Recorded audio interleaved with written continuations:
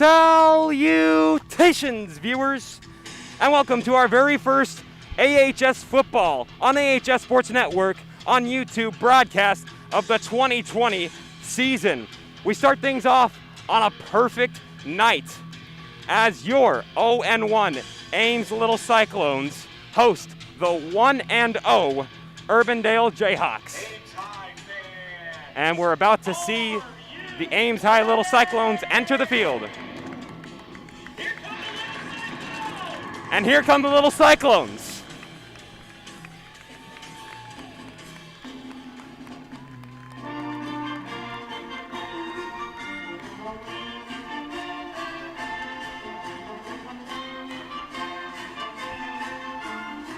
And ladies and gentlemen, glad to have you with us, folks. Carter White alongside Ryan Eggert, live from Ames High Stadium. Ames just came off an 81-54 loss against Fort Dodge just last week. It seems crushing at first, but when you add in the fact that last year they were beat by Fort Dodge 42-7, you can look back at this game as much more of a shootout. Excellent offense with new starting quarterback for Ames, Taman Lipsy, currently leading the state in all-purpose yards with 572. Corey Phillips with 3 receiving touchdowns, and Keyshawn Brooks with 12 receptions, all in last week's game against Fort Dodge. But unfortunately, it wasn't enough to beat them as they lacked on defense, which is something that will need to change for Ames to take down Urbandale tonight. Yeah, absolutely right, Carter. The defense will need to be impeccable tonight, especially defending the running game of Urbandale, which was the real reason they won their game last week against Johnston. They had 269 yards on the ground, and Ames will obviously want to lower that amount tonight, but you know, Urbandale's going to be a tough team. They're going to put a fight up on the ground, and this will be a fun game. Now looking at the Jayhawks, they just came off a 50-34 win against the Johnston Dragons last week. But if there's one man Ames has got to stop in order to win this game, it's senior running back Tucker Langenberg, who had 24 rushes for a total of 183 yards and 3 touchdowns. You can bet Langenberg is going to be heavily utilized in this game tonight. Indeed. If Ames can shut him down tonight, as well as other offensive threat, tight end Max Llewellyn, and they may have a very good shot at winning heading into their 2-week suspension of the season.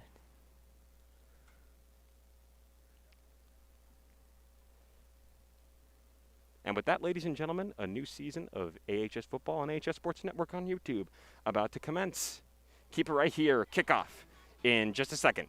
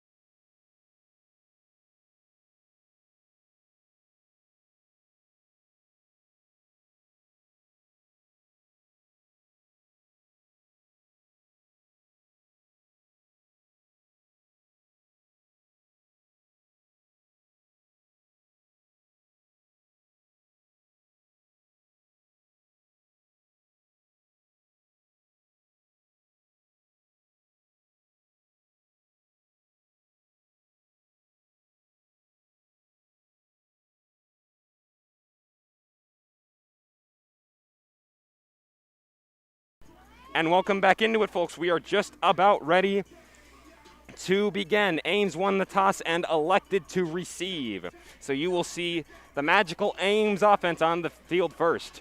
Ready for this, partner? Absolutely. Let's get it started. Absolutely.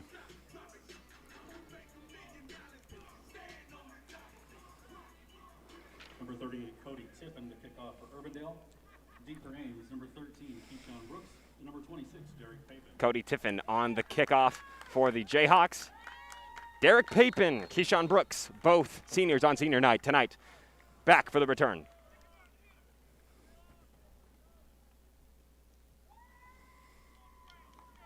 Here we go.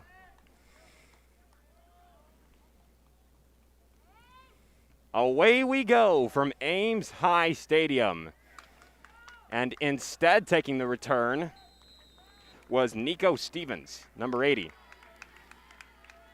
Taking the return for the Little Cyclones. Actually, it was DeAndre Isaac on the return.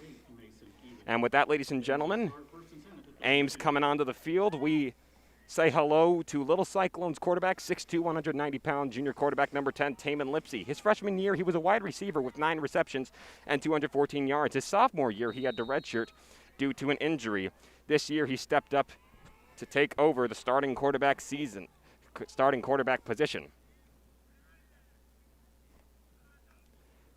Lipsey with a shotgun snap. Tried to run it himself, it didn't go very well. This year, Lipsey has stepped up to the plate, and let's just say, even in just his first game, this guy has superstar written all over him. Last week, he threw 30 for 43 for 369 yards, 5 touchdowns, and 1 pick. But if you think passing is his only forte, think again. He leads this team in rushing with 203 yards and just 14 runs and scored 3 rushing touchdowns for a total of 8 touchdowns combined in last week's game. You're looking at someone who's really going to bring this football program some success this and next year. Yes, I think he's going to be a very good player. He's really that all-around threat that Ames needs. Great shame that he missed last year with a torn ACL, but I think that gives him more motivation out there to perform at the highest level.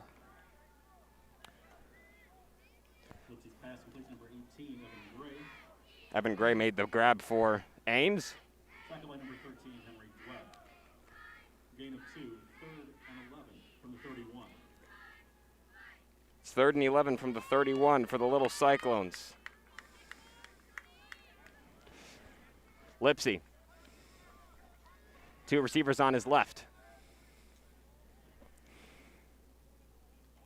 Lipsey with a shotgun snap. He rolls left. Looking to throw. Decides to keep it to himself. Is he going to get the first down? I think he just barely did. And the chains are moving. It's a first down for the Little Cyclones. Really smart play there by Lipsey just to run it. Nobody was even really challenging him. And I think he got, 1 yard extra. So that's just enough to move the chains. First down, Ames. Lipsey leads this team in rushing, as we mentioned a little earlier. And it seems like Urbandale's going to need to try and stop him in the running game. Yes. I think if they can do that as well as shut the passing down, they could get a win. Speaking of stopping the running game, right there, was Tucker Langenberg, a real jack of all trades, Second and 9 from the 45. as he also can tackle. As he was on the tackle for Lipsey there, he only gained 1 yard. It's 2nd and 9.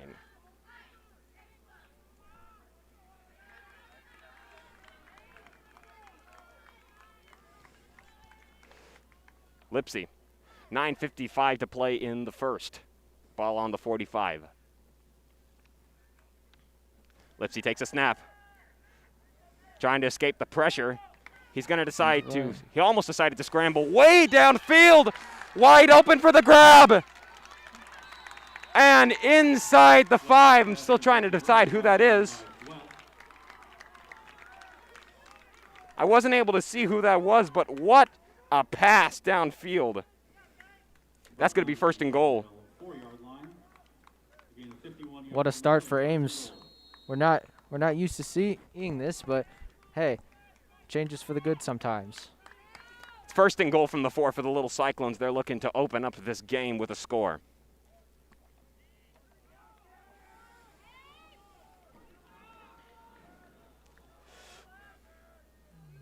Lipsey. Timeout's going to be taken by the Little Cyclones. Timeout Ames, their first timeout of the half. That is their first timeout of this half. And with that, we'll take a quick break and be right back. Keep it right here. You're watching AHS Football on AHS Sports Network on YouTube.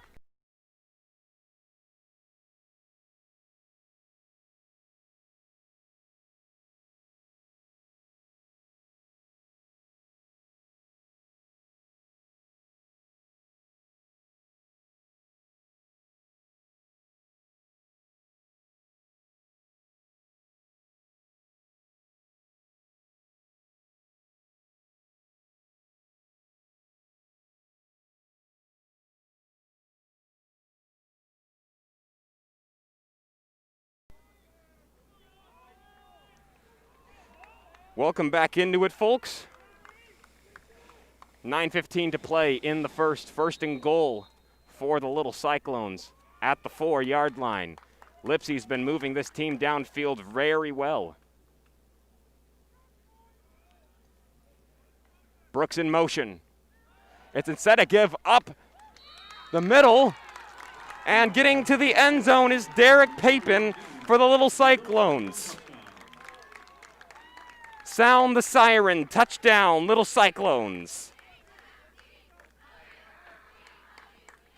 Fantastic play there by Papin. Yeah, it was a really good run there, and just got enough, and Ames off to a very early lead. Lemcool on for the extra point. John Lemcool. Oh, it's blocked. It is blocked. Lemcool is now 4 for 6 on Pat attempts. And with that, ladies and gentlemen, it is going to be 6-0. No extra point for the Little Cyclones. And with that, ladies and gentlemen, on the chains of possession, we will take a break and be right back. Keep it right here. Little Cyclones score a touchdown first. You're watching AHS Football on AHS Sports Network on YouTube.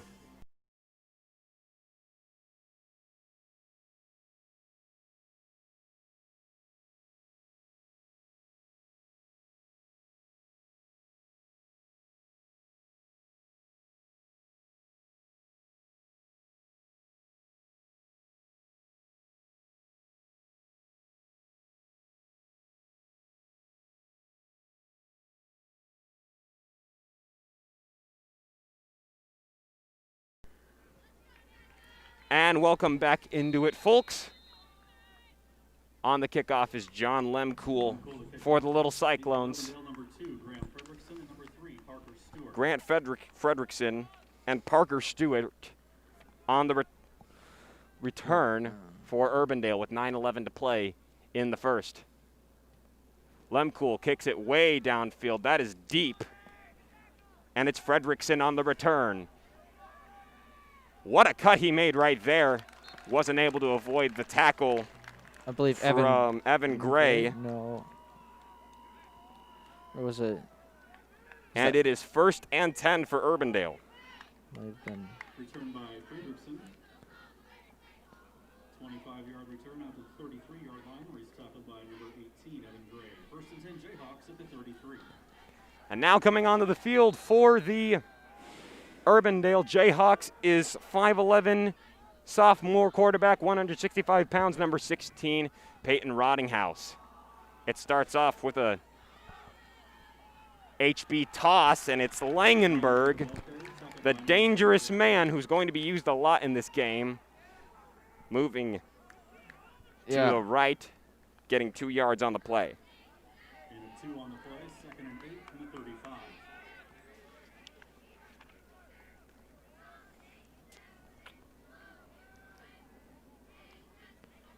Rottinghouse sets up with one receiver out to the left. Another give to Langenberg, and he escapes. Wow, it took like 5 guys to get him down. He got the first down and more for the Jayhawks. It's 1st and 10.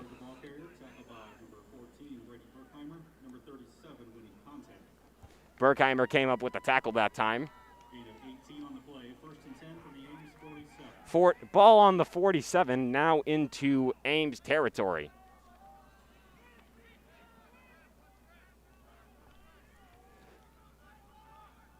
Rottinghouse will take the snap from the shotgun. Fakes the give to Langenberg. He fires over the middle. The pass is caught. Max Llewellyn, who is a dangerous tight end for the Urbandale Jayhawks, picking up the first down. Yeah, he's one of those we mentioned early, just before the game started, that was going to be the other big threat aside from Langenberg. Those two men have combined for a lot of Urbandale's offense so far this season. They're dangerous.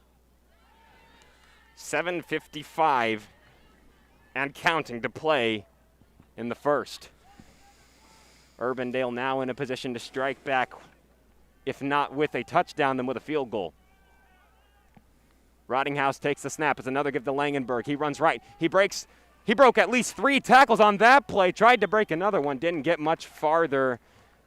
Langenberg, the ball carrier, tackled by.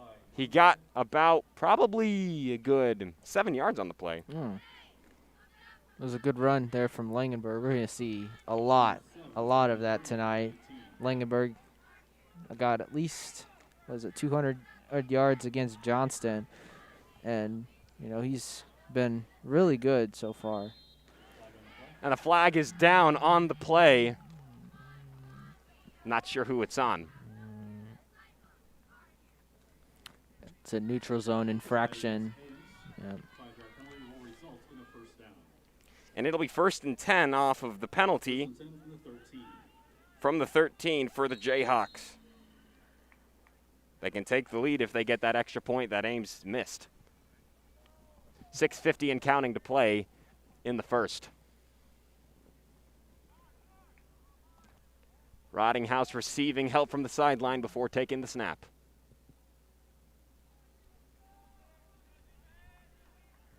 Takes his time. Play clock down to 17. Another HB toss. Langenberg, a flag is out. He got to the end zone. No, he just barely stepped out of bounds, I think, right at the 4-yard line, but there's a flag. He was just barely out of bounds. There is a flag on the play where you need to see. It's a holding call on Urbandale. Yeah. So that'll be 10-yard penalty, I'd imagine.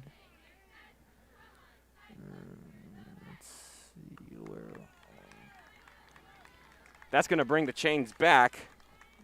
So that should make it 1st and 20 from the 23. Well, they're gonna first and 17. 17 from the 20, rather.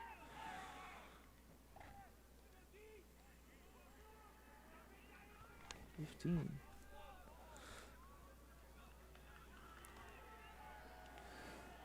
$10 yards from Rottinghouse. And the Jayhawks have to try and shake off that flag that they just had. Another toss. That time to Brad Pavin. He escapes, still moving, and he's at the goal line. Don't think he got in. I think he's at the 1. Right at the 1-yard line. Well, the running game for Urbandale versus the passing game, I think, of Ames tonight is going to be the defining factor of who wins. Rottinghouse. And a quick give up the middle, Jaden Harrell. And right on their first offensive drive, the Jayhawks score a touchdown as well. And we're tied up at 6 apiece. What a fast start this game has had. 2 touchdowns in the opening 6 minutes. Number 38, Cody Tiffin on for the extra point. Cody Tiffin on for the extra point for the Urbandale Jayhawks.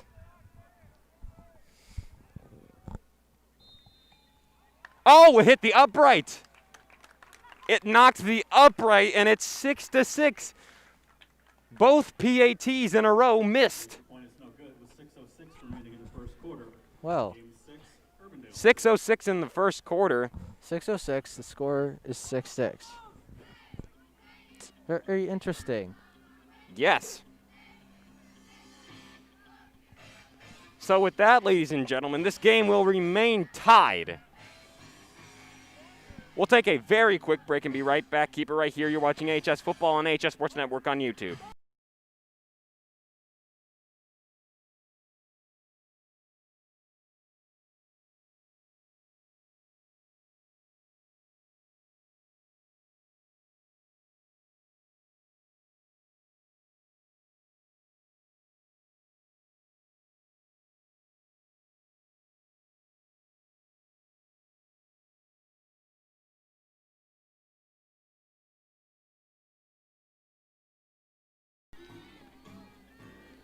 And welcome back into it, folks. 6:06 to play in the first. Tiffin will kick off.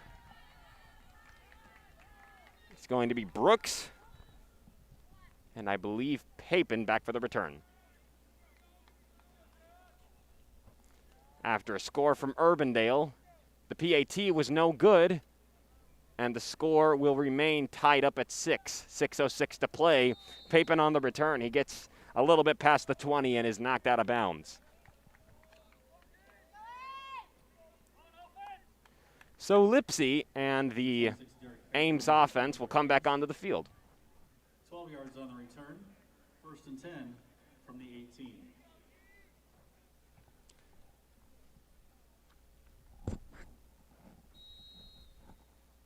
I'm still surprised that both kickers missed the PAT. Yeah. Not often do you see that happen. I mean, one miss, kind of normal. Well, I shouldn't say normal, but seeing 2 misses is something that you don't see very often.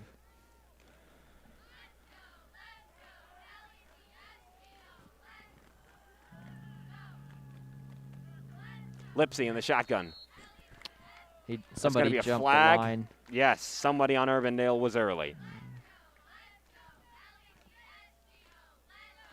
Offside on Urbandale, 5-yard penalty. 1st and 5. 1st and 5 for the Jayhawks. I think that's 2 penalties on Urbandale, 1 on Ames. Urbandale can't let the penalties get to them too much. Nope. That could set them back a long ways. Lipsy fires. Oh, Brooks had it in his hands, but he just barely dropped it. That brings it to 2nd and 5 at the 23. Such a shame when you don't quite hold on.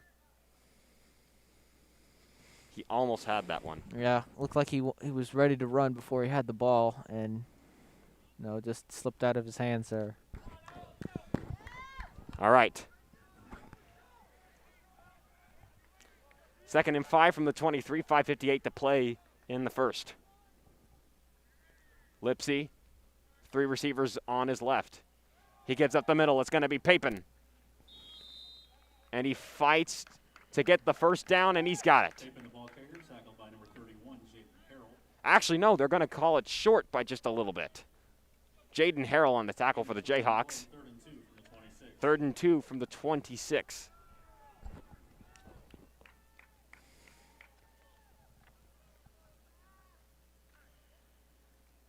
Papin almost got that one. Yep. It's pretty close. Just need to convert this 3rd down here. Lipsy all alone in the backfield. This ball's going to go in the air. Fires quickly to the right. Oh, Brooks was the intended receiver. It looked like it went right through his arms. What a shame. That was so close. He wasn't able to haul it in.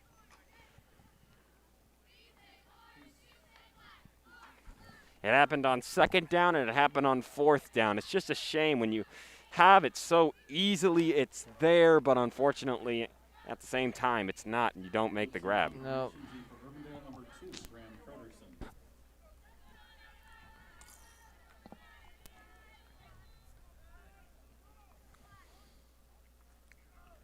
And on the kick, the punt for Ames is the quarterback, Taman Lipsy. Gets it to the 45. And that's where Urbandale and Peyton Rottinghouse will set back up. Now let's give the quarterback intro for Peyton Rottinghouse. Now coming onto the field.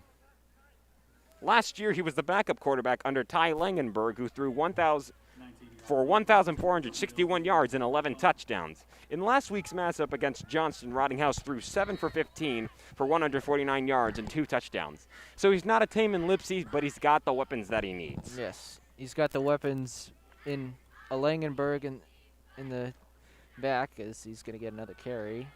Speaking of Langenberg, here's a give by him. He's down the sideline, and he breaks the tackle. He's tackled inside the end zone. That's a touchdown for the Jayhawks, and they lead for the first time in this game. 45-yard carry for the Urbandale touchdown. He went 45 yards. His longest run last week was 49 yards. So he almost went the same distance as his longest run from last week. And this time, he goes all the way to the end zone and puts Urbandale on top. Yeah. Well, that was an example of what Ames needs to prevent next drive for Urbandale. So I think, you got to keep a big eye on Langenberg and prevent him from getting more scores, which is going to be difficult to do considering his size. It'll be 13-6, and with that, ladies and gentlemen, we'll take a quick break and be right back. Keep it right here. You're watching AHS Football on AHS Sports Network on YouTube.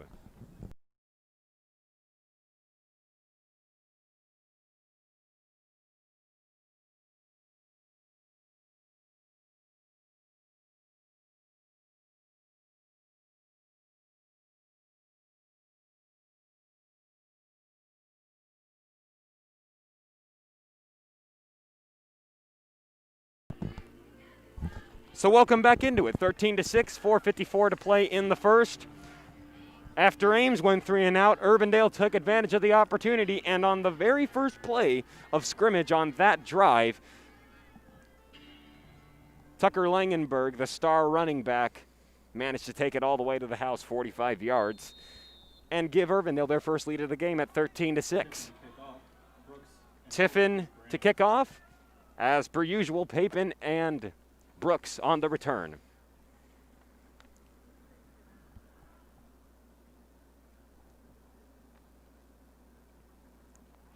Doesn't kick that one very deep. And instead of Papin or Brooks being on the return for that one, that I believe was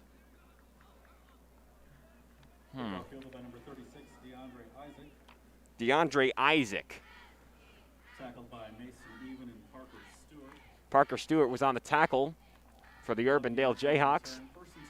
And now Lipsy and the little Cyclones have got to try and go out here and, well, strike back to what Urbandale has just done. Yes.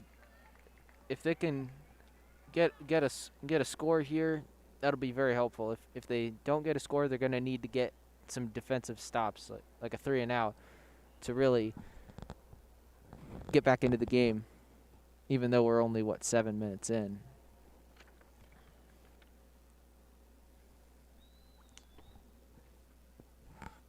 Brooks, unfortunately,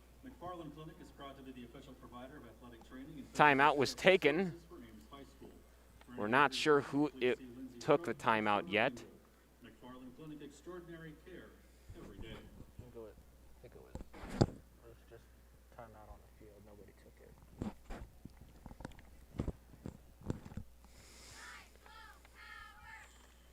And with that, we'll take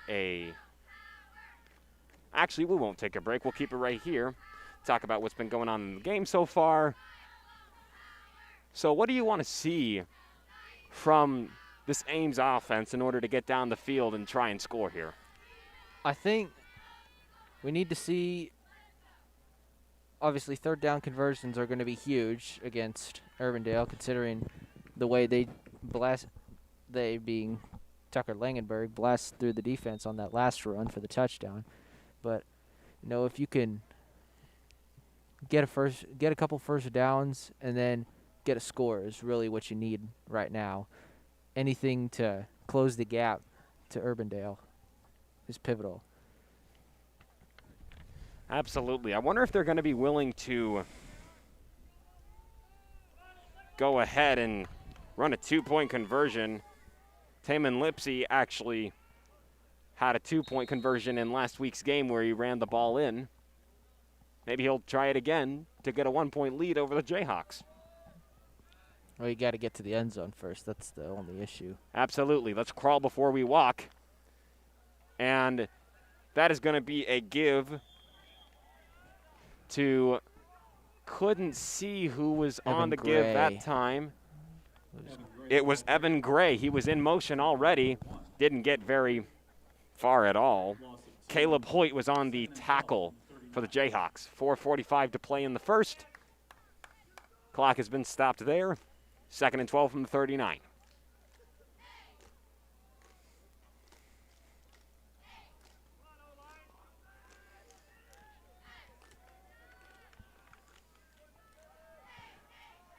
Lipsy with Papin right next to him in the backfield. 3 receivers on the right.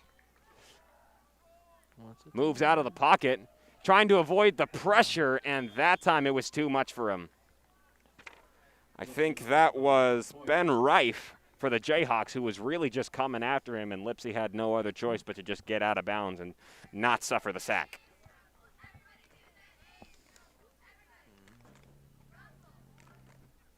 Loss of 1 on the play, 3rd and 13 from the 38. That makes it 3rd and 13 from the 38. 4:38 to play in the first. Lipsy all alone in the backfield. This ball will go in the air. He's got 2 receivers on his left and 3 on his right. He sets Papin in motion, fakes the give. Scrambles again, and did he get there? I think he stayed in bounds long enough. Did he move the chains, though? Lipsy on the keeper, knocked out of bounds by number 17, Jack. I don't think he was. It's going to be so close if he didn't make it. But now the thing is... They're going to give him the first down. Wow. Lipsy moves the chains with that amazing sonic speed that he's got.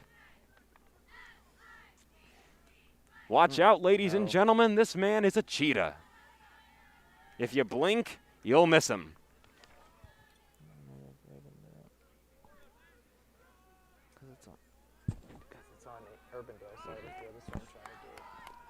First and 10, 49 from the 49. 4:30 to play in the first.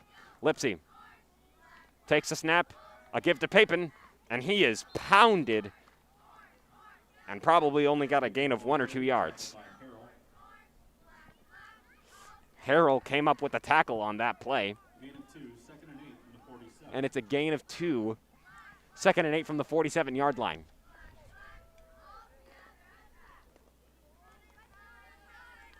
.404 to play in the first. And Lipsy so far is having this offense move. Yeah, he really is. And, definitely there were some drop passes on the first drive, but overall he's been consistent so far, and that's good. Lipsy once again on the scramble. He hurdles a man. Dawson Roberts is who he hurdled. And Harrell managed to get him down, even though his track skills came into use, as he did break quite a few middle school track records and has also had a pretty successful track career in high school. That is his freshman year, as he suffered that injury his sophomore year. But right there, we got to see why he's so good at track. Yeah. Definitely helps to hurdle some defenders when you're in a rush. So I think right here we're going to see another scramble. Lipsy rolls out to his left. And he decides to scramble again, and was he there? I think he was just barely short. Nope, he got it. Oh, he did get it. Lipsy once again moving the chains. 11-yard gain on the play. Lipsy once more, by moving the chains, just continues to prove his all-around athleticism. Yeah, he is. He's been the lead passer and lead rusher of this team, and we're seeing it now. But I think we need to see some air offense getting into the end zone. And it's 2:53 to play in the first. 1st and 10 from the 36. Lipsy. Quick sideways pass to Gray. And he just, if anything, got to the line of scrimmage. If not that, then lost a yard. Lipsy's pass complete to Gray. Tackled by Henry Dweff. Henry Dweff made the tackle On the play, 2nd and 11 from the 37. for the Jayhawks, who was one of the 2 people to come up with an interception in last week's game. Henry Dweff was. Perhaps he'll be a key player for Urbandale's offense today. Lipsy once again. 2 receivers on his right, 2 on his left. He has Evan Gray in motion on the right. Oh, the ball is out. Lipsy manages to get on top of it. I think Lipsy manages to get on top of it. What great concentration by Oh. Taman Lipsy getting on that ball and preventing an Urbandale turnover. Yeah, that's a heart in your throat kind of moment. That was almost a turnover that Ames did not need or want, considering got just under 2 minutes left here in the first quarter to get another score. Clock runs down to 1.5 minutes to play in the first. Play clock down to 2. Lipsy alone in the backfield. He's already being pressured. He's running away from it. Scrambling, fires out to the left. Oh, over the head of Evan Gray's head, and it's 3 and out for the Little Cyclones, as Lipsy is a little slow to get up. Are they going to stay on the field and go for the first down? That's aggressive if that's the case. Nope, they're going to send the punt team in. Lipsy is going to punt the ball off. So Lipsy knows how to multitask. Oh, no, wait. Yes, he's going to punt the ball off. Yep. And back to return is Graham Fredrickson, 6'2" junior, number 2. Back for the return. Lipsy really is a jack of all trades. He can punt too, ladies and gentlemen. The punt was almost blocked. It goes into the end zone. That's going to be a touchback, and Urbandale will take over for possession. That was really an essential time for Ames to score, and unfortunately, the opportunity is up. Yeah, well, you know what? If they can get a big stop against Urbandale here, I think that's going to be a good way to get them back in the game. After the touchback, 1st and 10 for the Jayhawks at their own 20. 1:12 to play in the first. 1st and 10 for the Jayhawks at their own 20. They lead 13-6, and they're looking to extend the lead on this possession. Rottinghouse ready to lead his team to, hopefully for their team, another scoring possession, as the star running back Tucker Langenberg. Actually, no, that's not Langenberg. That's Brad Paven, the 6-foot senior, number 5, who tripped over himself as he was trying to get a run there. They lost 3 yards, and it'll be 2nd and 13 from the 17, from the 18 is what I'm getting. 2nd and 12 from the 18. Oh, they did change it. Come on, man. Sorry about that, folks. Rottinghouse, once again on the snap. He fires deep to the right side of the field and over the head of Grayson Else, 6'1" junior, number 10. 2-0. A trip over for a running back and an overthrown pass. That's what's happened so far on this possession. And if Urbandale wants to keep the ball, what needs to happen on this play is a first down. Yes, they're going to need something. I would imagine that Langenberg is going to get a run of some sort. They've already got him in the backfield. They've got to be thinking about it. I'm sure they are. And he sets Kai Black in motion. Pass to the right. Fredrickson makes the grab. And he's going to escape. He got the first down. And pushing him out of bounds for Ames was Winnie Conniff.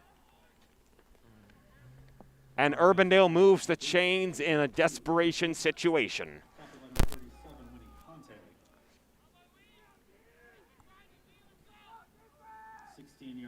19 seconds to play in the first. Play clock is down to 20 and counting. 1st and 10 from the 33, still in Urbandale territory.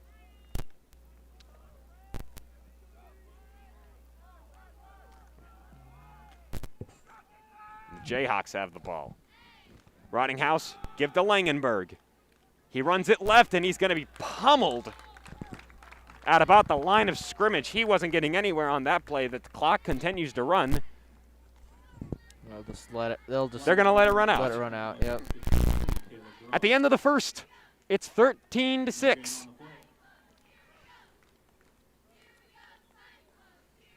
That's the end of the first quarter, Urbandale. So, Urbandale gets 2 touchdowns. Ames gets 1. And on 2 of the touchdowns in this first quarter, The PATs were missed. What else is in store for us in the next quarter? We'll find out after this break. Keep it right here. You're watching AHS Football on AHS Sports Network on YouTube.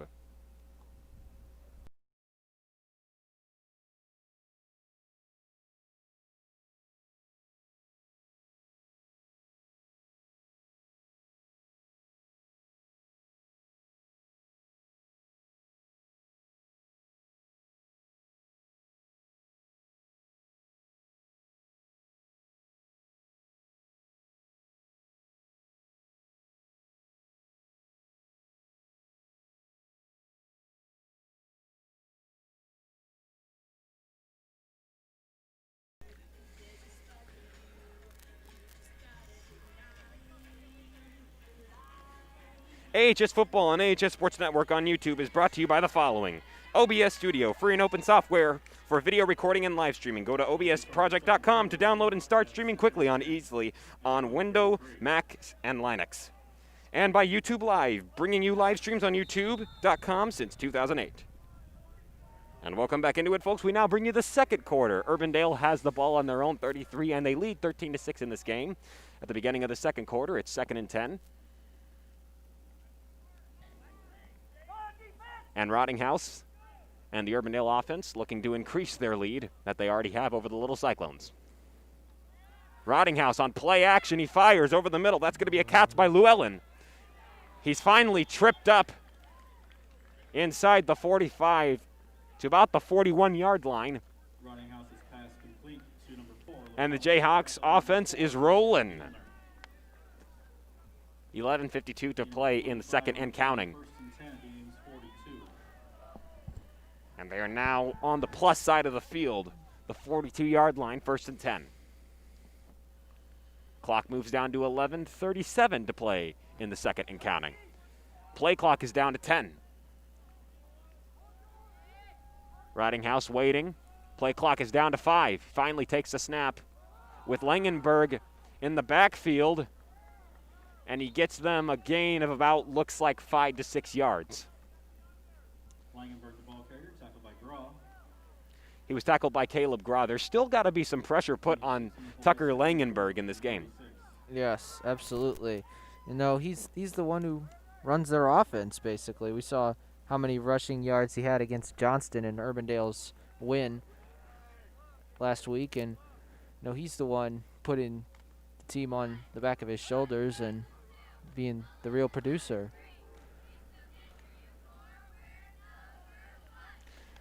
Rottinghouse takes the snap. It's another give to Langenberg. He moves to the left. He's still moving. Gets down to about the 20-yard line. And Urbandale is very close to a red zone possession. And they are looking to score, continue their streak of a touchdown on every offensive drive. We'll see if they can do so. They're 23 yards from doing it, and they've got it 1st and 10. Ames territory, 10:20 to play in the second. Rottinghouse, he's got Henry Dweth out wide. He fires for the end zone, and the catch was made, but unfortunately Friedrichsen out of bounds. He made the grab, but he didn't make the grab inside the end zone, and therefore that's not going to count. Otherwise, that would have been a touchdown. Yeah, that's a big bullet dodged by Ames. Another touchdown. This one through the air. The first two were on the ground. 10:06 to play in the second. 2nd and 10. Ball still on the 23. Play clock down to 10. Rottinghouse takes a snap. It's a give to Harrell. He runs right. He's still moving, and two flags are down on the field as he gets down to the 5. Harrell, the ball carrier, tackle number 44, Ty Payson. Ty Payson makes the grab. Holding against Urbandale. It's a holding call against Urbandale. That means that big play that was just made by Jaden Harrell is not going to mean anything for the Jayhawks.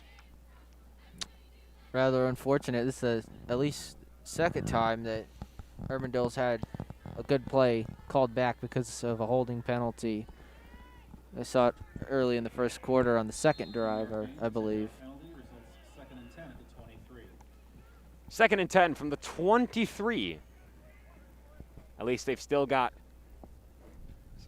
2 more tries to get to this before they probably result to a field goal. 9:40 and counting to play in the second. Rottinghouse takes the snap.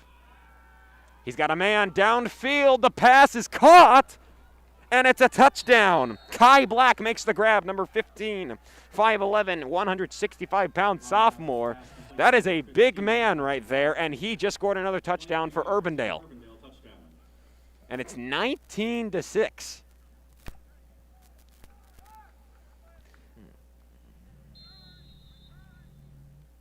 And Urbandale continues their streak Harrison on for the extra point.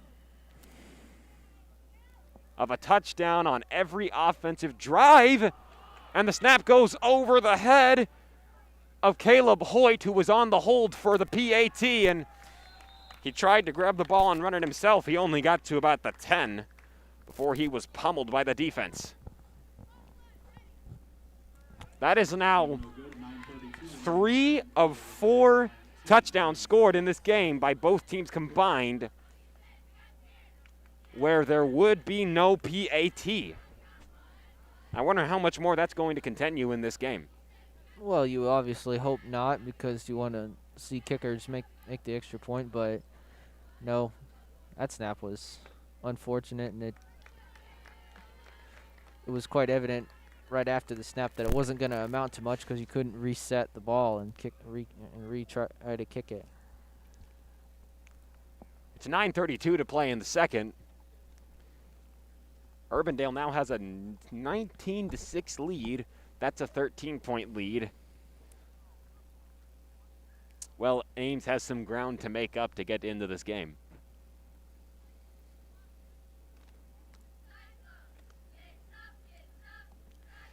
Well, ladies and gentlemen, it doesn't appear as if the crowd is too hyped up right now. No, well, there really isn't much of a crowd, should we mention, due to these unfortunate and rather changing times we're going through in the year 2020. Matter of fact, it's so quiet in here, you probably can hear the sound of a bag of lemon drops dropping. That was literally the sound of my lemon drops dropping. Well, what do you think Lipsy should do to try and get his team back into this game? I'm not really sure because the run game hasn't. I won't say it hasn't worked, but it's not working as well as I'm sure they would have hoped. And the pass game is okay, but Lipsy Number 38. seems to like to scramble a lot. So Deep for Ames. Number 13, Keyshawn Brooks. I'm not sure 26, Derek Pickett. what he should do. Whatever he's gonna do, he'll probably get another score here very soon. It's once again Tiffin on the kickoff, and Papin and Brooks back deep to return. 9:32 to play in the first. Urbandale's sideline is making noise. And it's a squib kick. Oh, it was touched. It was touched by Ames. Oh, who's going to get it? Oh, I think, who is that who fell on top of it for Ames? Well, It was that ball took a whole road trip before somebody grabbed it, before somebody stepped on it. I believe DeAndre Isaac was the one who recovered that. It looks like it. What in the? But that is going to put Ames not in preferable territory, folks. Wow. Not in preferable starting position. 1st and 10 from their own 8. First and 10 at the 8. That ball went past at least 3 Ames players and was missed by one of the Urbandale players before being recovered by Isaac. What a weird sequence that was. Lipsy. It's Gray in motion again, but it's going to be a give to Papin up the middle. Gets a gain of about 3 or 4 yards, it looks like. Papin, the ball carrier, tackled by number 31, Harrell managed to make the tackle there. It's 2nd and 6. 4-yard gain, So at the 12. 9:06 and counting to go in the second. Play clock is down to 18. Lipsy in the backfield.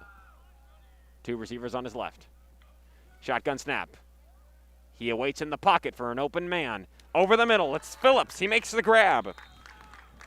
Corey Phillips, who had 3 touchdowns in last week's game against Fort Dodge, and I think that's his first reception of this game. Yeah, I believe that is as well. No forward progress is going to get him the first down. Good catch there. There's also a pretty good throw as well. Some quality that Ames need to really get down the field. That's going to move the change and make it 1st and 10 at the 21, 8.5 and counting to play in the second. Lipsy has to scramble. Doesn't let it go, and flag is thrown on the play. Cole Garwood was who pushed Lipsy out of bounds, and the penalty is on Ames. Holding indicated against Ames. Holding is what that was. Seems like the penalties have been all over this game. Yeah, they have been. We've seen several holding penalties from Urbandale. This is the first one against Ames, I believe. We've seen a neutral zone infraction from both teams. So we're up to, what does that make, 5 penalties so far? Maybe 6. One of those 2. 1st and 22 from the 9. 1st and 22 from the 9, thanks to that penalty that was just made. 8:18 to play in the second. Lipsy, 3 receivers on the left.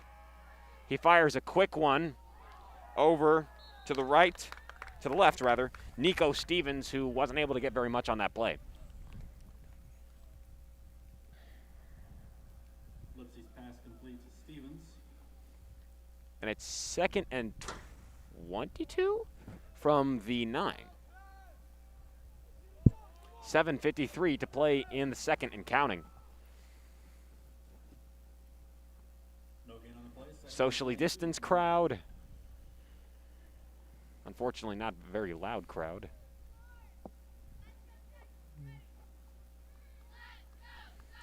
But they've been getting excited when appropriate. There you can give him that. Timeout, Ames. Another timeout is taken. That's for Ames. Timeout Ames. Their second timeout of the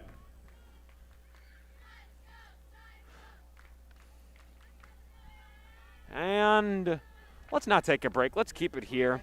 Let's talk about this game. 2nd and 22 from the 9. Well, Ames is not necessarily in a preferable situation, but at least they've got something they can do to try. Hopefully they got something they can do to try and get some more yards. Yeah. Obviously, you know, you gotta get a first down here to even think about going to the end zone, and we've seen Urbandale's shutdown defense that's been working really well so far, aside from the first drive. But you know, Ames are going to need a first down to get them really back in the game. They're down by 13 points, but overall, there's still a lot of time left. Anything can happen. Absolutely. Still waiting for the players to get back onto the field. In the meantime, let's talk about this night. It's 74 degrees. It's clear. Clear skies, beautiful sunset. I see a jet rolling by. Life is good. Got a good view of this field, and so far it's been fun to call this game. So far it has. And after the timeout from Ames, they've got 1 left. Urbandale still has all 3. 19-6 is the score. Urbandale's on top. Ames has the ball. 2nd and 22 from their own 9. 7:33 to play in the second. Lipsy. Shotgun snap is what he's going to take. He awaits in the pocket. Finally has to scramble to the right. And way overthrown pass intended for Evan Gray. It seems like tonight whenever Taman Lipsy's been getting under pressure, he hasn't unfortunately been able to handle it very well. No. No, he seems to like to hold on to the ball for a little bit longer than maybe what he should be, but granted, this is his first year as quarterback. He's just getting to real grips with this, and overall, this is going to be a big third down right here. It's 3rd and 22 from the 9. 7:25 to play in the second. Lipsy runs it himself, and he escapes the defense so far. He's still moving. Is he going to get there? No, he's not even close. He was about 6 yards short. Parker Stewart knocked him out of bounds for the Jayhawks, and it's another 3 and out for the little Cyclones.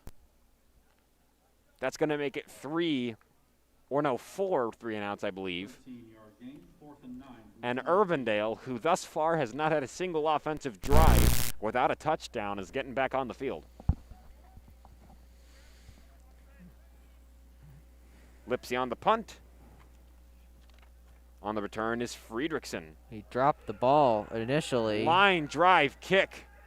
So they're just going to let it roll. Friedrichsen's not even going to look at it. Papin just picked it up at about the 44 of Urbandale territory. And that's where Peyton Rottinghouse, Tucker Langenberg, and the Urbandale offense will start, who, as mentioned earlier, has not had a single offensive drive without a touchdown. Ames, to stay in this game, is going to need to stop this streak. Yes. It's been difficult for them to shut down Langenberg early, but things can change. Speaking of that, it's not Langenberg on the carry this time. Instead, it's Harrell, who's still breaking through the defense and managed to get to the 30 into the secondary. What a run by Jaden Harrell. The 6'3", 230-pound senior, number 31. That is a big man right there, and he just made a big play. Pounding through this Ames defense like it's nothing. Yeah. He's been able to part the defense like Moses did to the Red Sea. Precisely, ladies and gentlemen. Except he didn't need a staff to do it. He did it with his bare self. And a football. Precisely. Speaking of which, Harrell with another give again. He gets inside the 15. Caleb Graw came up with the tackle for Ames that time. 15-yard gain for the Jayhawks. 1st and 10 from the 15. 6.5 to play in the second and counting.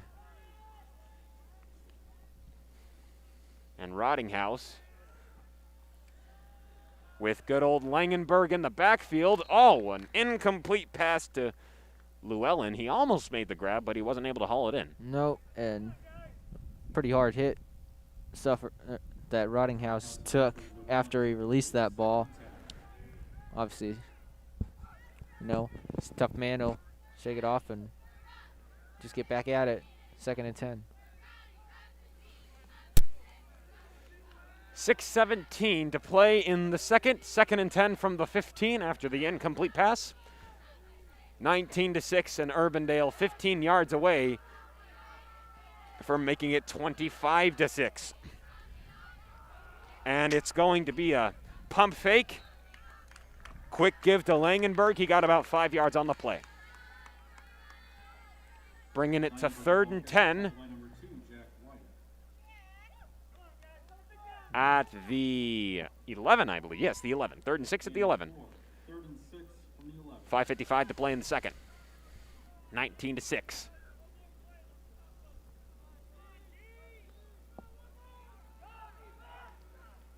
This is Ames' chance to stop the streak that Urbandale has had of touchdowns on every single offensive drive. Langenberg has to escaped the pressure deep. Actually, it was Rottinghouse who threw it to Langenberg, and nobody was there, and he practically walked into the end zone. Urbandale scores again. Urbandale touchdown. That seemed like one of the easiest touchdowns that Langenberg has scored. Nobody was covering him, and I thought that play was just going to be dead from the fact that Rottinghouse was running back a few too many yards. On for the extra point.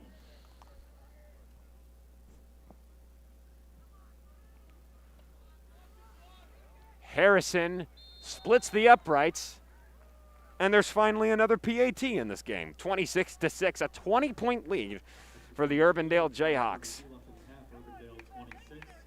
That's going to bring us to a break. Keep it right here. You are watching AHS Football on AHS Sports Network on YouTube.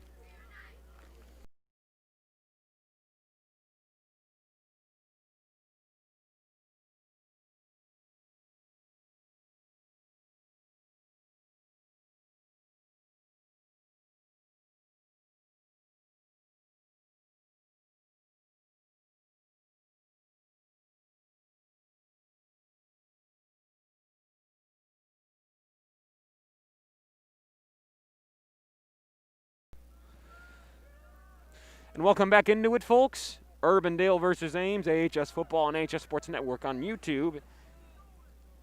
And we are witnessing what has just turned into a blowout. A now 20-point lead for the Urbandale Jayhawks after Tucker Langenberg, the dangerous man who we talked about before this game started, scored his second touchdown. So now it's time for Ames to really get things started and score here.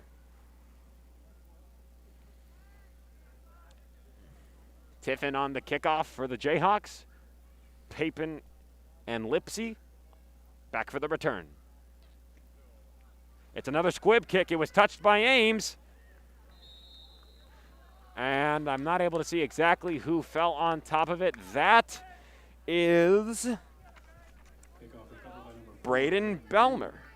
Braden Bielner. He just barely managed to fall on top of it. 22, Ankeny Centennial 0. First and 10 from the 36. Ames will start from their own territory, and Taman Lipsy's going to need to get something going quickly. Yep, they gotta get going. Right, the first drive was very good, but ever since then it's been all Urbandale. 5:28 to play in the second, first and 10. Ames on their own 36. Lipsy with two receivers on his left. He's got Evan Gray in motion. Play action. Lipsy runs it up himself, and he's got some room to run with. He's only got one man to beat, and he's going, still moving, and he's out of bounds in the secondary at about the 35. The athleticism and the sheer agility and speed of Taman Lipsy continues. And it's first and 10 from the 35 after a monstrous run from Lipsy. Yeah, that was a big run, and he almost ran into one of the officials there. Never mind the fact that he got, I believe, about 24 yards on that drive, on that single run, rather. Ames desperately needed that. Let's see what Lipsy does again. The ball, it was almost intercepted. It was tipped up into the air, and the catch was made by Evan Gray. How about that, ladies and gentlemen? Evan Gray just barely manages to save it. It was almost intercepted. Yeah. He managed to get 4 yards on the play. Yeah, that would have been an interesting twist to have a 24-yard run and then throw a pick. And it would have been just detrimental to Ames. Yeah, that probably would have been a pick six, because considering the fact there was nobody in the back. 1 second. Lipsy fires for the end zone, and the pass is no good. Corey Phillips was there, and it could have been intercepted, and it could have been caught. I'm not exactly sure what was going to happen there. It definitely looked like it was going to get picked, but it just dropped after it hit Phillips's hands. 4:27 to go in second. 3rd and 6 from the 31 after Lipsy went for the jackpot and wasn't able to get it. Let's see if Lipsy can do something here. They got to move the chains. Lipsy facing pressure. Brooks makes the grab, and he's got the first down. And he's spun out of bounds at about the 20.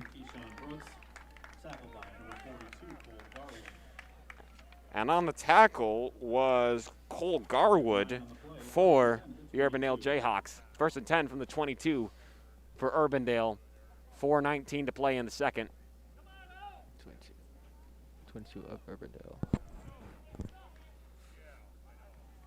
And 4:19 to play. This might be Ames' last opportunity for a touchdown before this half ends. Well, I wouldn't say last opportunity. You've seen how fast Urbandale scored on their drives if they get the ball back. Carter Chambers on the give that time. Didn't get very far. Garwood made the tackle. Loss of 2 on the play. 2nd and 12 from the 24. 2nd and 12 from the 24 off of a loss of 2. 3:52 to play in the second.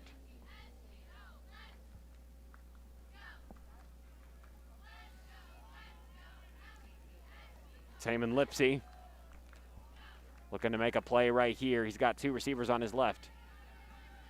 Evan Gray in motion again. Play action as Lipsy rolls out left. He's going to try and escape the pressure. He has to fire it out of bounds. It was almost intercepted, as a matter of fact. By, can't see from here, who almost made the interception. It was Henry Dweth. Almost came up with a pick there for Urbandale, but instead it will stay in the hands of the Little Cyclones. 3rd and 12.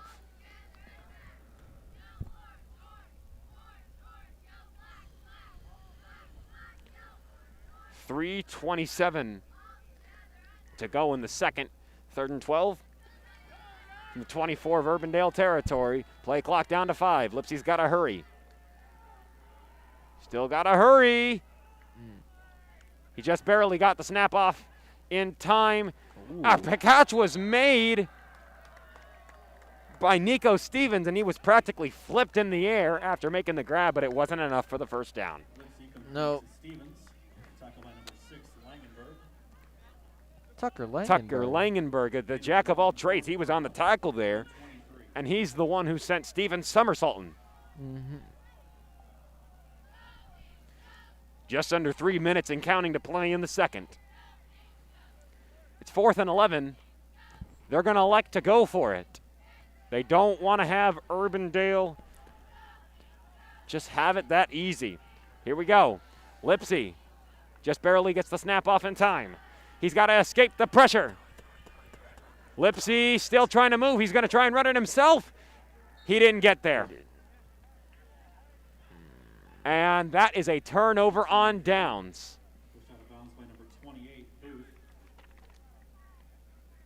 Benjamin Booth pushed Lipsy out of bounds.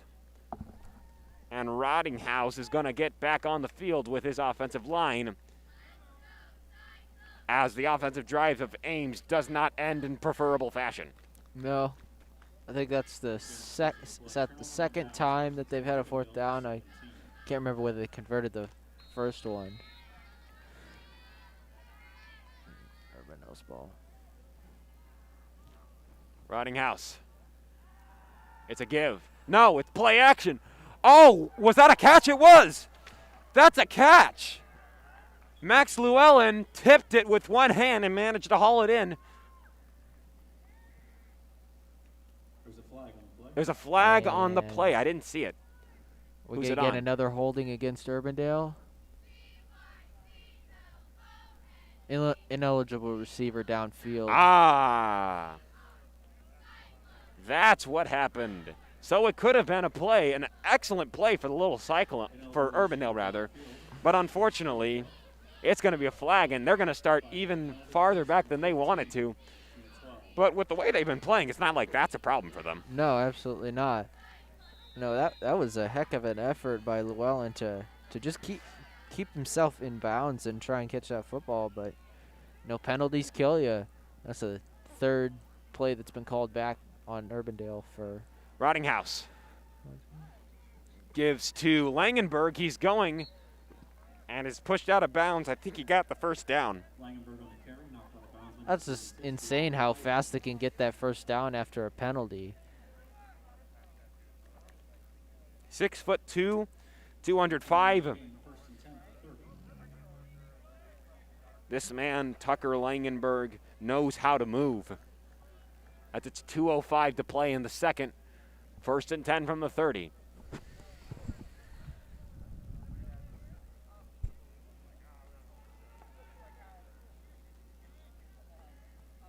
Rottinghouse.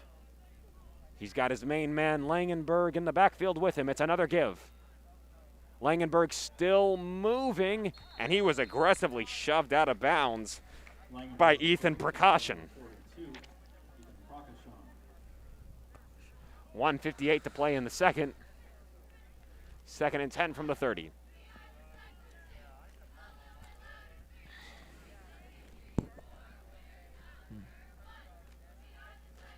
Clock moves down to 1:58 to play in the second.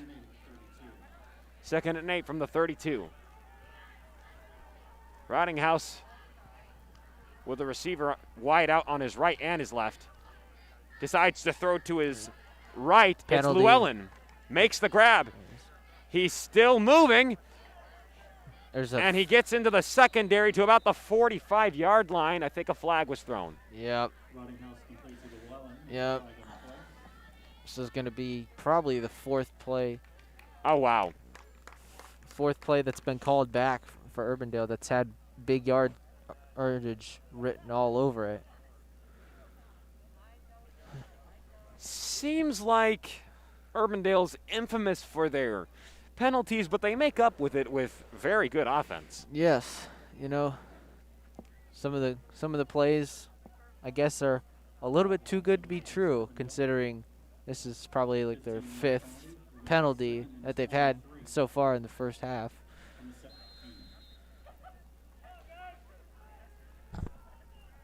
Second and 23 from the 17 for Urbandale. Wow. They're going to have to start back.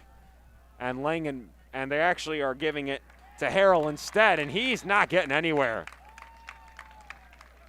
How about that stop? Ball carrier, tackle line number 2, Jack White. Coming from Jack White. Wow. They didn't allow him any leverage on that play. He brought him all the way back to the 9. 7 on the play. 3rd and 30 from the 10. Or the 10, rather. 3rd and 30 for the Jayhawks.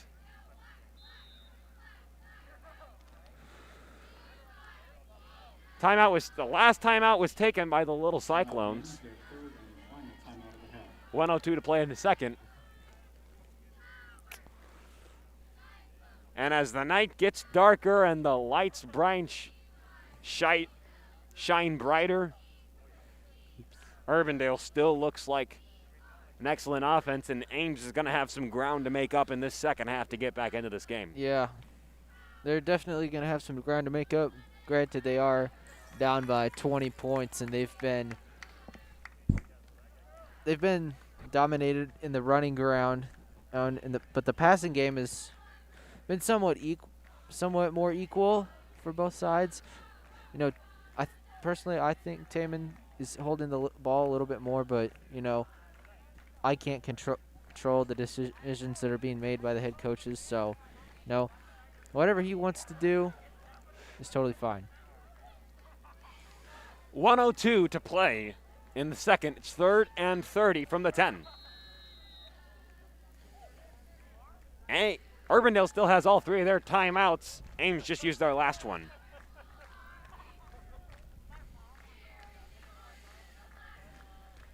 And the cheerleaders chanting the fight song as Rottinghouse is about to try and make up 30 yards He's under pressure. Still trying to move. He got the ball out. They're going to wave it dead. On the tackle that time was Ty Payson.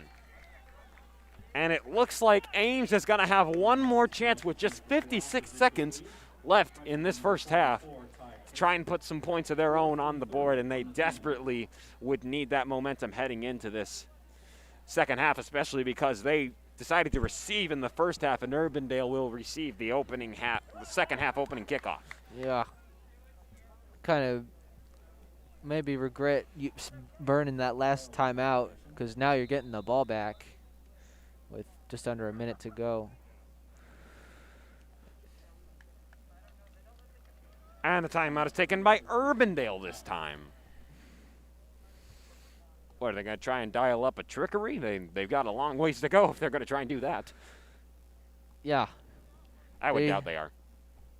Yeah, they're up by 20 points. There's not a huge advantage in going for it, other than you could give it up at your own 10-yard line and give Ames 10 yards to score 6 points.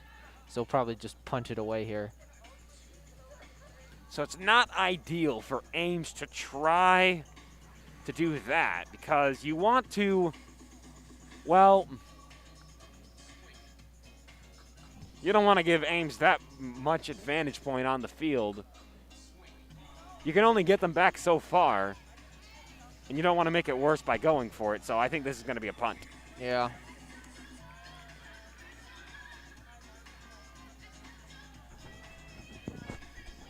If I'm not mistaken, this is the first time Urbandale's gone 3 and out on a drive.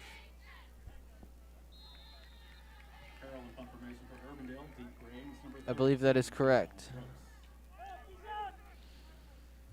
And we've already got a flag. Wow, Harrell line drive to that kick. Oh, Brooks isn't going to let it. What a Brooks bounce. isn't going to let that happen, and it's bouncing. It's still going, and finally picked up by Jack White here. Flag on the play. We'll have to see what it is.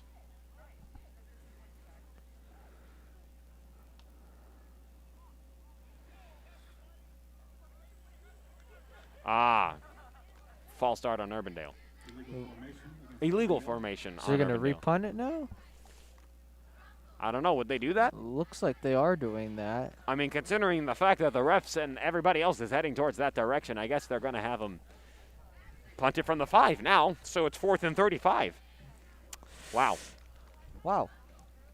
It is a good thing that Urbandale is the one on top of the blowout. Otherwise, that would not be something good for them. This isn't terrible for Urbandale. They've still got a good lead over Ames, so this isn't a terrible situation for them. Nah, this is, I guess not ideal, but, just penalties just keep killing them on big plays and on this punt. Almost seems as if, Papin managed to fall on top of it. As I was saying, it almost seems as if that penalty right there was an answered prayer for Ames, because Ames was going to have to start from about the 25 or the 30-yard line if there was no flag on the previous play. Yeah. Yeah, they definitely got the benefit of that. They have about 40 fewer yards to go towards the end zone now.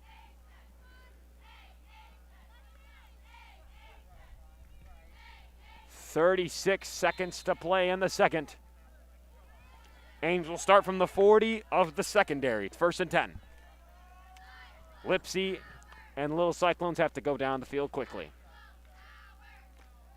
Lipsy starts out, keeps it to himself, manages to flip it quickly to Papin. Parker Stewart pushed him out of bounds. 31 seconds now. Clock rolls down to a gain of 7 on the play, 2nd and 3 from the 33.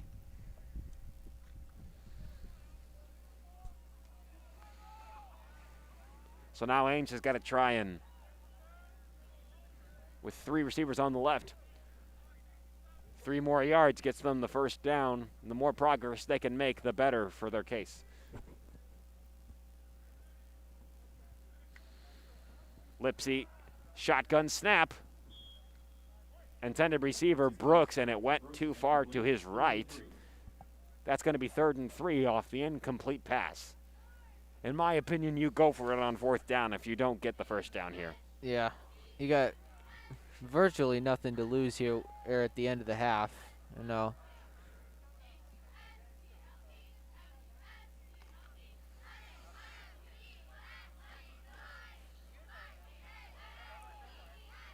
Here's Lipsy.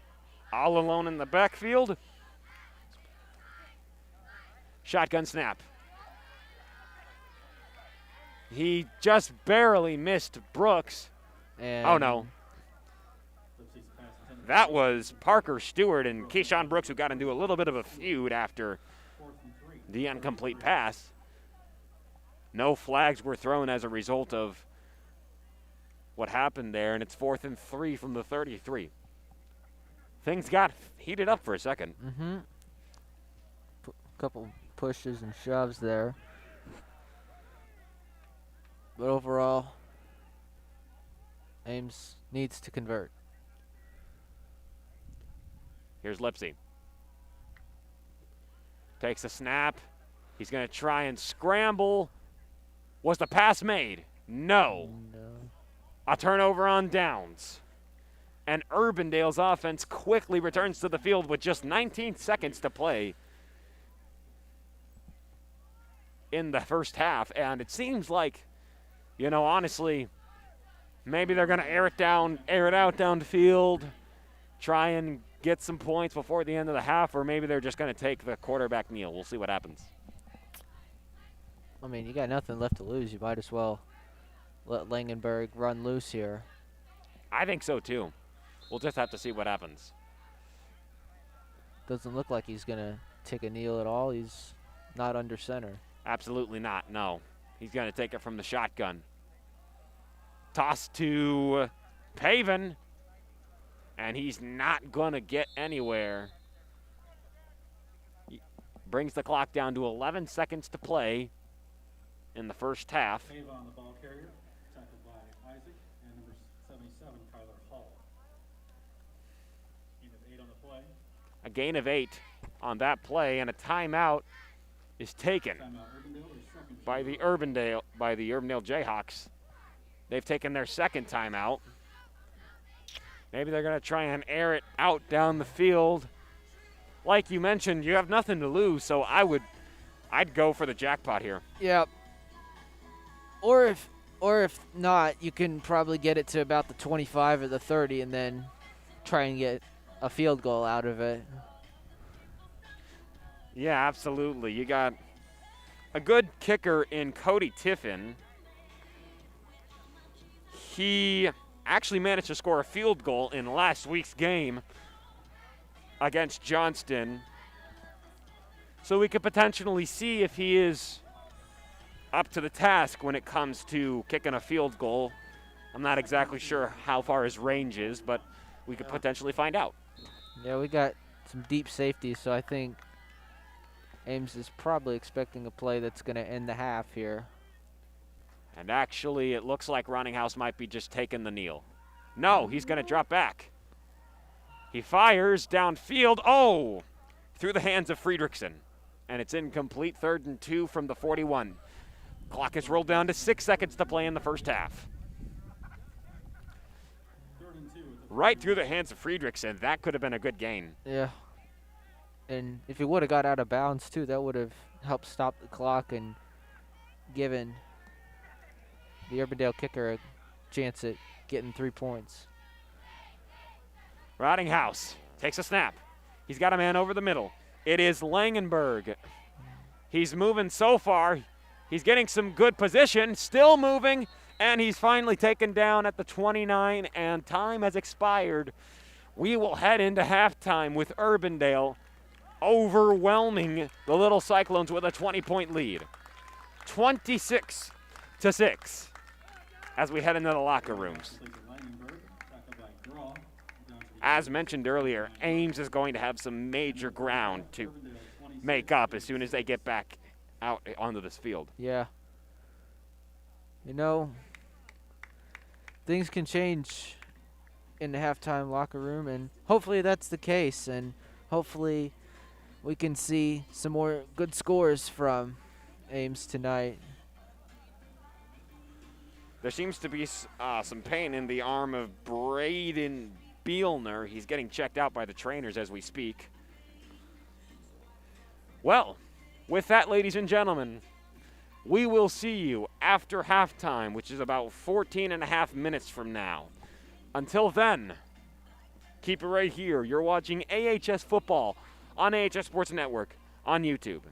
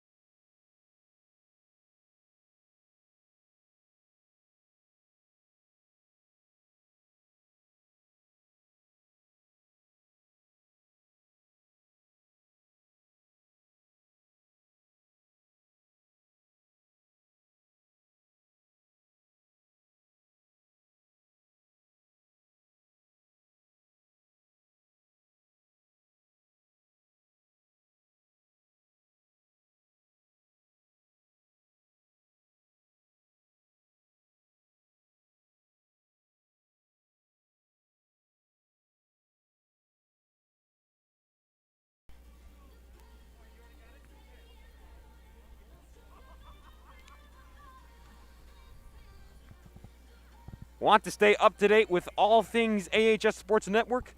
Follow us on Instagram and Twitter at AHS Sports Network. Facebook coming soon.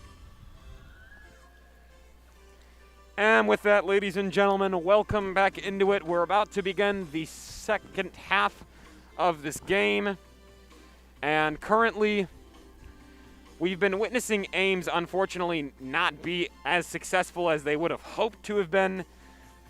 Urbandale with such an overpowering defense that he's really shaken up Lipsy, and Lipsy's been under pressure a lot in this game. Yeah, he has been under pressure a lot, and he's had to scramble a lot. And you know, to counter that, Ames hasn't really shut down the run game of Urbandale. Urbandale's been able to really motor through with Langenberg and Harrell. And I think if Ames can find a way to shut down Urbandale's run defense, they can start to climb back into this game. Yes. And with that, also how about Urbandale? They've put on an impressive performance. 2 touchdowns from the amazing Tucker Langenberg, who we knew was going to be utilized in this game heavily, and he has been. He's been making fantastic plays.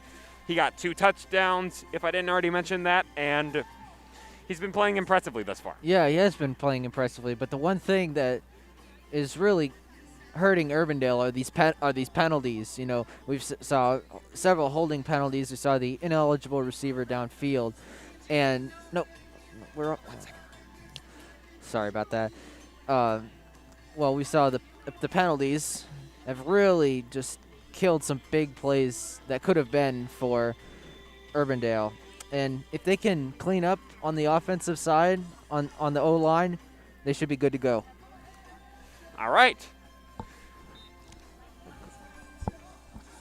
Well, we've still got about 2.5 minutes before the half begins, so with that, we'll take a quick break and be right back with the second half. Keep it right here. You're watching AHS Football on AHS Sports Network on YouTube.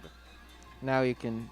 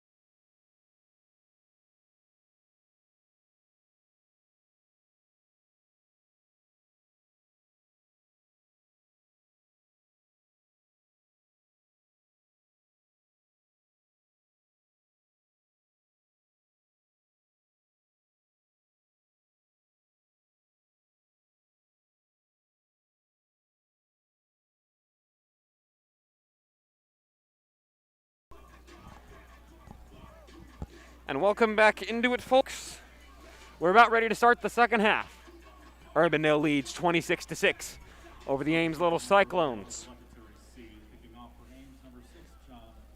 Lemcool kicks off for the Little Cyclones. Urbandale, with a 20-point lead, will receive the second half kickoff.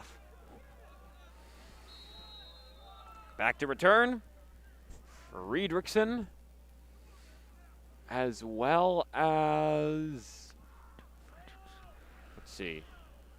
Well, it doesn't matter who. Parker Stewart was also the one back, but Friedrichsen gets the return.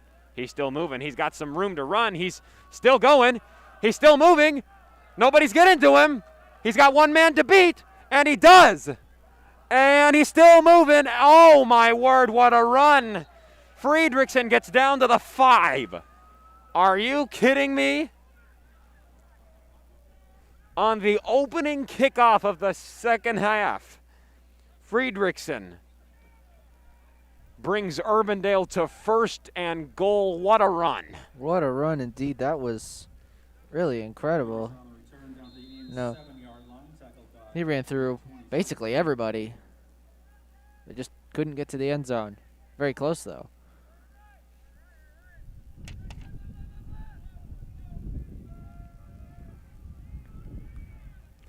$11:44 to play in the third.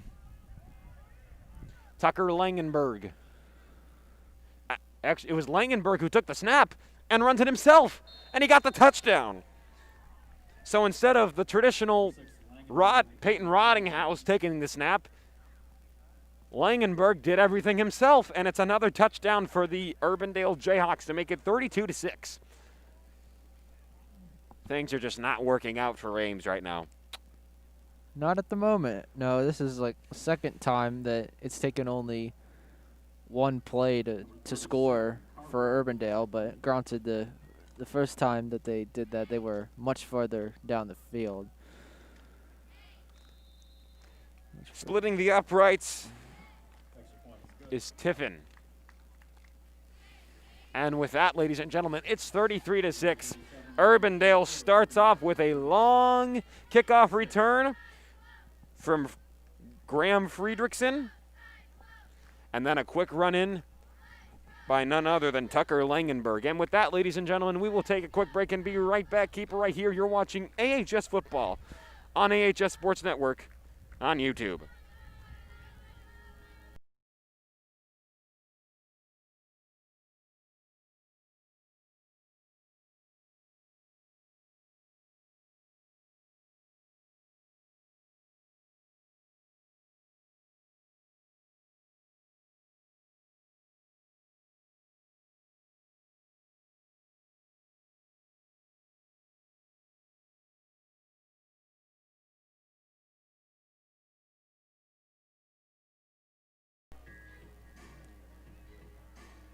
So welcome back into it, folks. Urbandale strikes quickly, not even 30 seconds into the second half, and they already scored a touchdown. Off of a very long return from Graham Friedrichsen, and then a quick run-in from Tucker Langenberg. And now Tiffin on the kickoff for the Jayhawks. Papin and Brooks will return. Ames has got to get something moving. It's a squib kick. Quickly gaining control of it was Drew Peterson. And it'll be 1st and 10 for the Little Cyclones. Number 7, Drew Peterson, covers the kickoff. They're going to need to get something going quickly. They start from their own 33.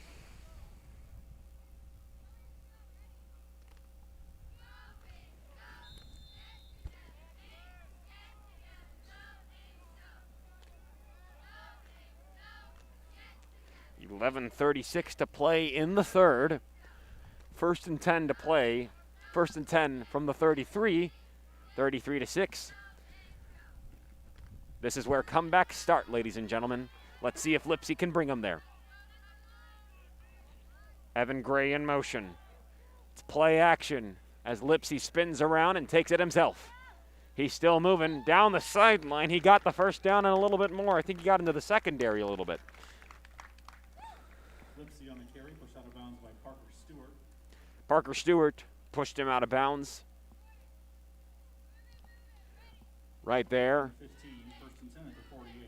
And it will actually be in the 48, still in Ames territory, just barely. But Lipsy did manage to move the chains. A good start. That's a good start to the drive, and hopefully they can put a little more yardage together, get to the end zone for a much-needed score. And Lipsy in the backfield. He has to scramble. He tripped. Taman Lipsy. My Lanta. He tripped and brought the team back to about the 36-yard line. 38, rather. A loss of 10. Second and 20. That's just detrimental right there. Yeah.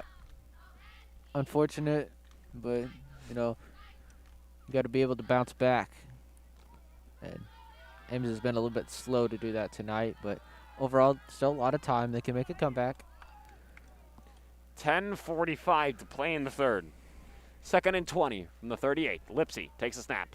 He scrambles. He's under pressure again. The pass was caught. Nico Stevens making the grab at about the 45-yard line. Dweth made the tackle, and Harrell for the Jayhawks. 10:19 to play and counting in the third. 3rd and 14 from the 44. They need this first down. They need it desperately. They do. This is a big third down for Ames.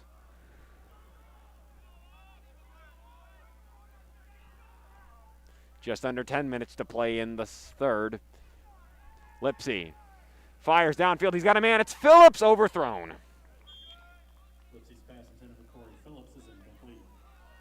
An unfortunate happening for Phillips, who has only come up with one completion in this game today after last week coming up with a total of 3 touchdowns. Never updated that.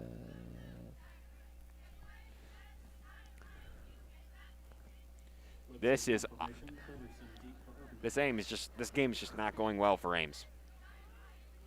It hasn't gone their way since Urbandale's first drive, really. Line drive punt by Lipsy. Friedrichsen on the return, who made that amazing return earlier. This time he's not going to get as much. He gets to about the 18-yard line of their own territory.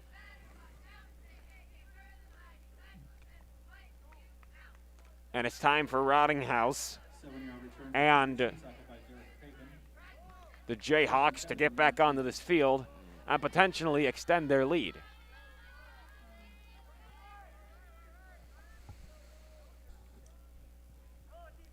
The good news for Urbandale, Peyton Rottinghouse is a sophomore. They've got him for 2 more years. 9:39 to play in the third. 1st and 10 from their own 19 for the Urbandale Jayhawks. It's to give up the middle. Harrell practically dragging the Ames defense with him as he's...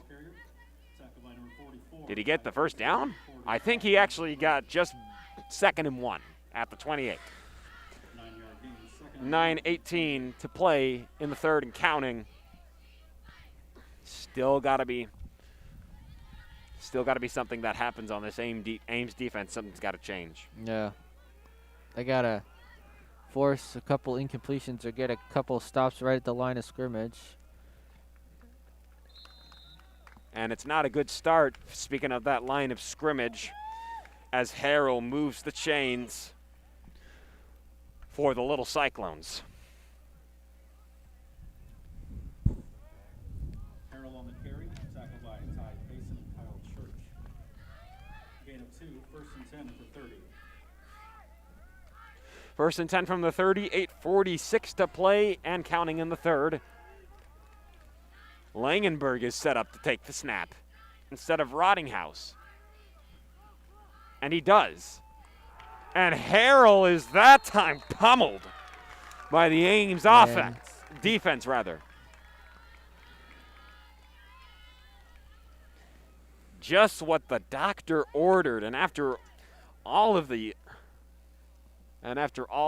disappointment on defense, that was a needed play by the Ames High Little Cyclones to make it 2nd and 11 from the 29. Yeah, that was a needed play, and you know, if they can get a couple more stops like this on this drive without allowing a first down and get the ball back, that'll be a potential swing in the momentum. Langenberg, play action as he keeps it to himself. Dragging the Ames defense along with him as he gets to about the 37, it looks like. Langenberg on the carry, tackle by number 2, Jack White. Jack White came up with a tackle for the little Cyclones. 9-yard gain, 3rd and 2 from the 38. It's 3rd and 2 from the 38-yard line. 7:25 and counting to play in the third. Rottinghouse back onto the field for the quarterback position.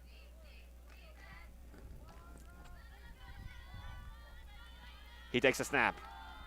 It's a give up the middle. Harrell is still running. Finally taken down. That was a tackle by DeAndre Isaac. 14, Brady Berkheimer, number 53, Caleb Draw. Oh, it was actually Caleb Graw and Brady Berkheimer who came up with the tackle.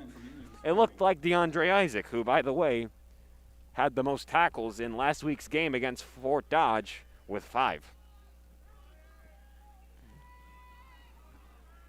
Here's Rottinghouse in the shotgun. Snap was almost too high. A flag is down. Rottinghouse steps away from the pressure and completes to Nolan Bethke, but it will depend on what the penalty is.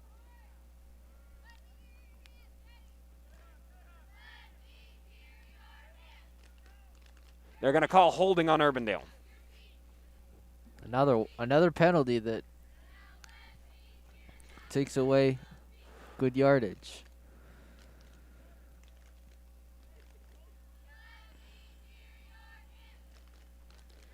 .6:42 to play in the third. 1st and 10 from the 50. After the penalty, 1st and 20 from midfield. It's 1st and 20 at the 50.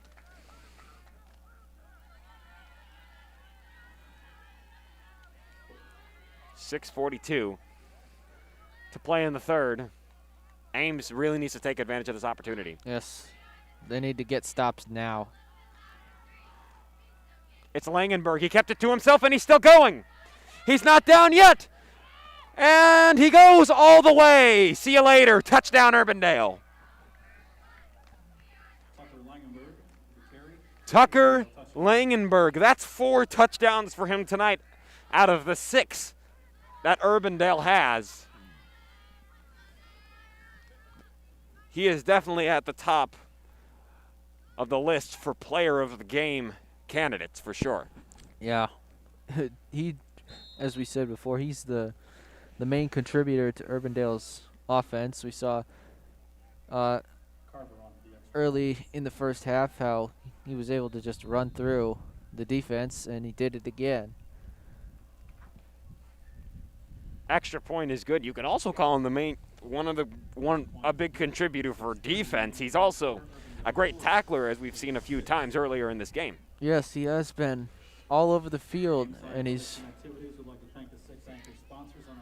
been rock solid on defense, and he's been really aggressive and agile on offense, and so that's why Urbandale currently has a 34-point lead.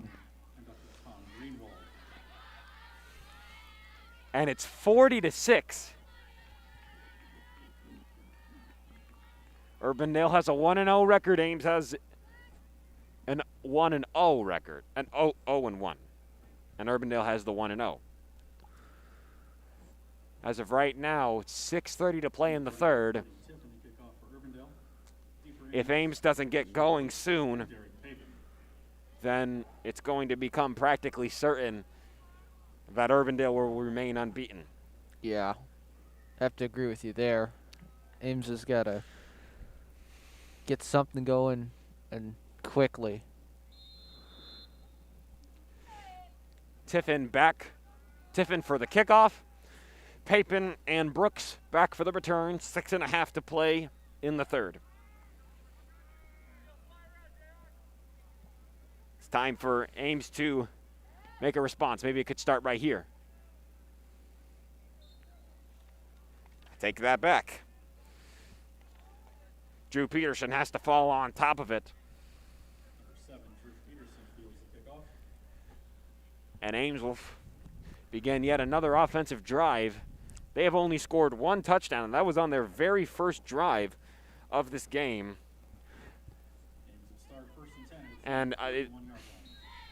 When that happened, it was looking like Ames was going to have a pretty good battle with Urbandale, but so far it's mainly been Urbandale overwhelming Ames. Yeah. There's really no other way to put it. Urbandale have pretty much blanked Ames through everything past their first drive, and Ames need to get some points on the board. Lipsy rolls left. He fires, and Evan Gray makes a grab at the 40. And that's going to get a first down for the Little Cyclones. No, he's just barely short, rather. 1 yard short. It's going to be 2nd and 1 from the 40. 6:23 to play in the third.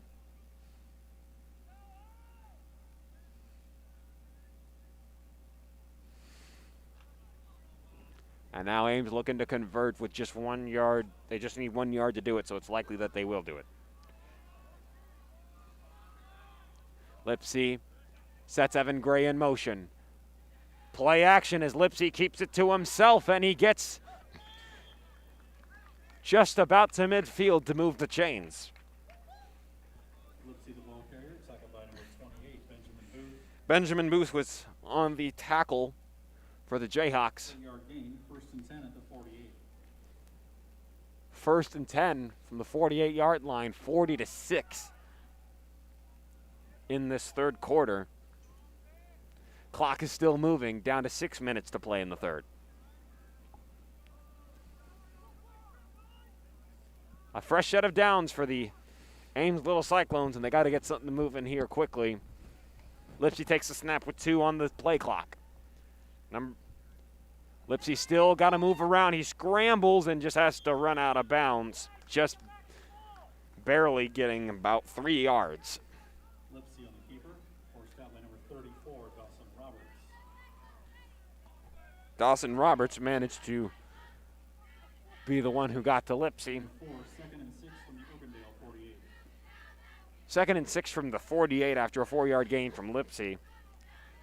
And now, well, it doesn't need to happen all in one play. I like the strategy they're using. I agree.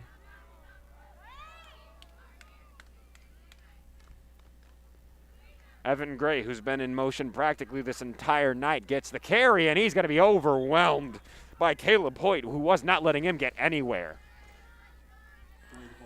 That's going to be a loss. A loss of how many yards, though? Loss of 6 on the play. 6. 3rd and 12 from the 46. 46.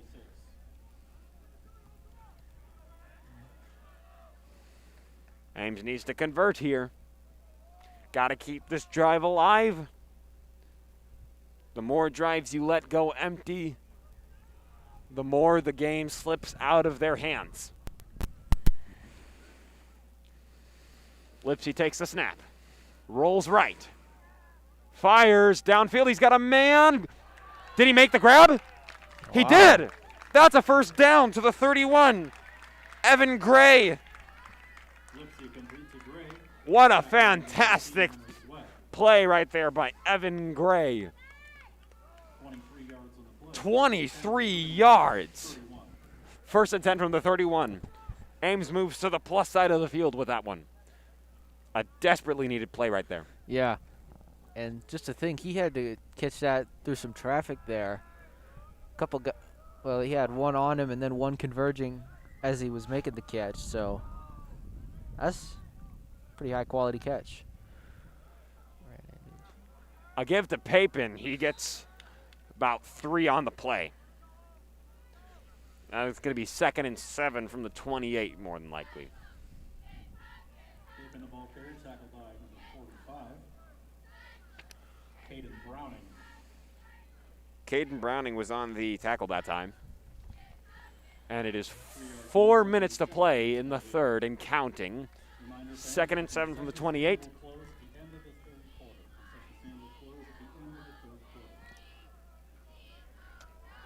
And Lipsey's got to keep this offense moving.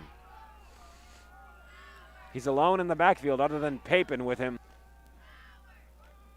And he escapes a few throws, and now he's going to through for the end zone.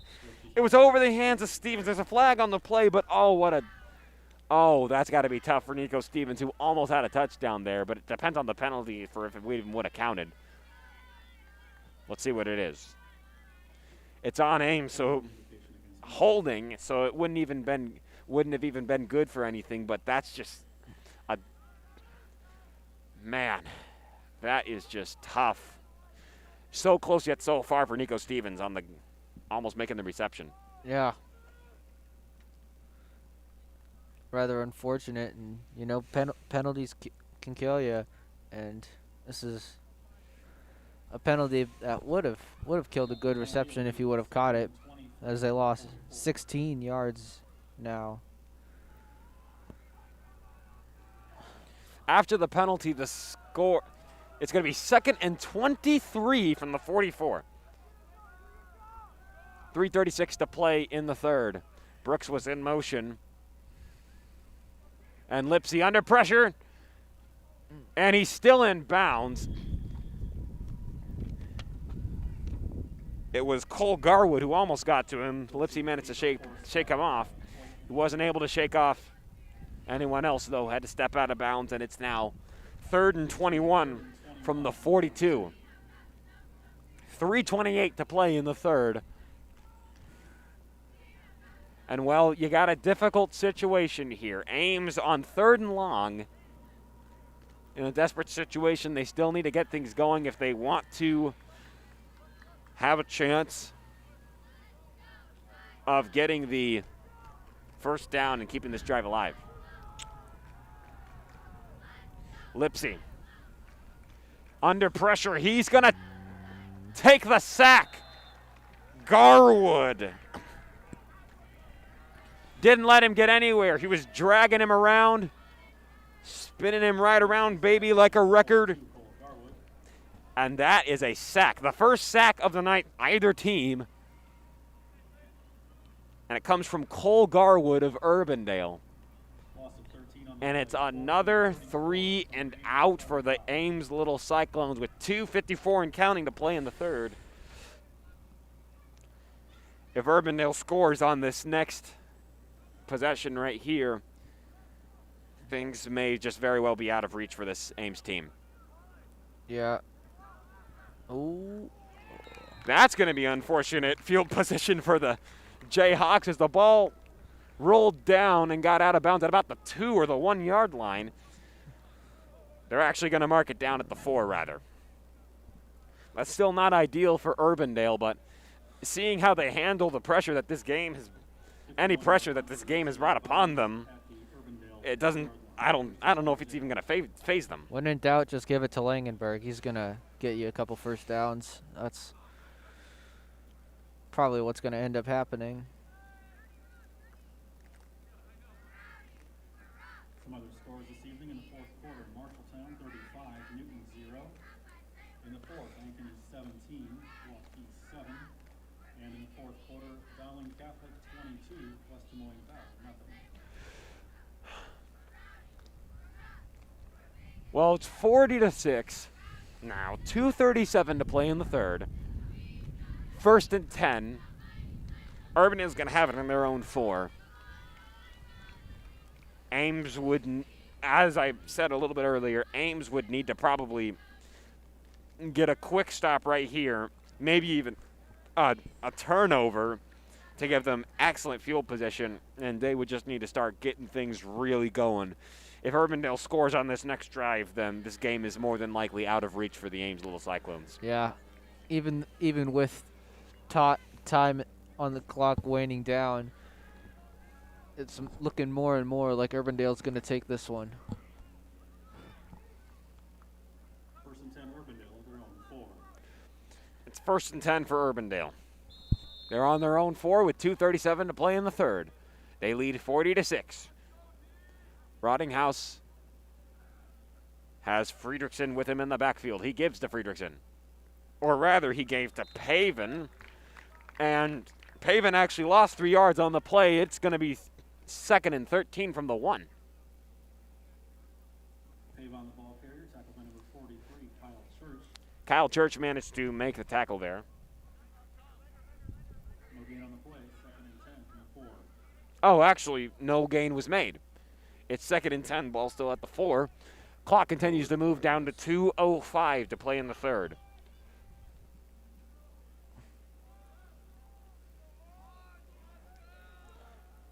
Ridinghouse, 2 men with him in the backfield. Shotgun snap. He fires from the end zone. The catch was made by Kai Black. Good yardage too for about 5 to 6 yards. Ridinghouse complete to number 15, Kai Black. Tackle number 42, Ethan Precaution. That gets rid of the safety possibility that Ames just had there, 3rd and 5 from the 9. which is unfortunate. They could have used that. Yeah, they could definitely have got some points on the board, but yeah, just haven't been able to capitalize on some opportunities. Well, they haven't had too many on the defensive side, but overall, Urbandale still Timeout. dominating. First timeout of the half. Timeout is taken by the Jayhawks, and with that, we'll also take a quick break with 1:11 to play in the 3rd. Keep it right here. You are watching AHS Football on AHS Sports Network on YouTube.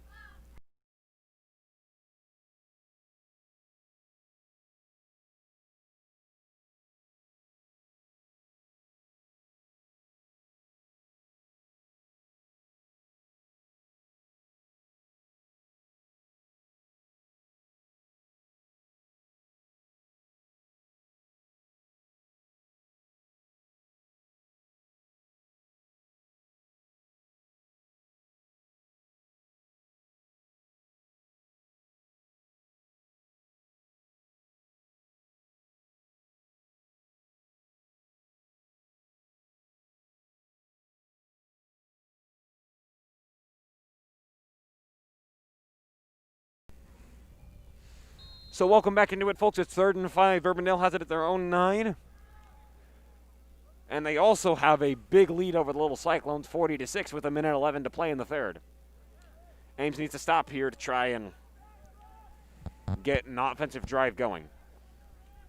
Ridinghouse. It's a give to Harrell. And he's moving. He's still going.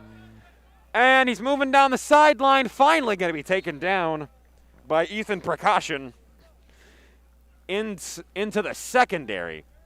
Harold, the ball carrier. Harrell and Langenberg have just been 2 unstoppable forces tonight. Yeah, they really have been. It's been incredible to just watch them really walk all over Ames.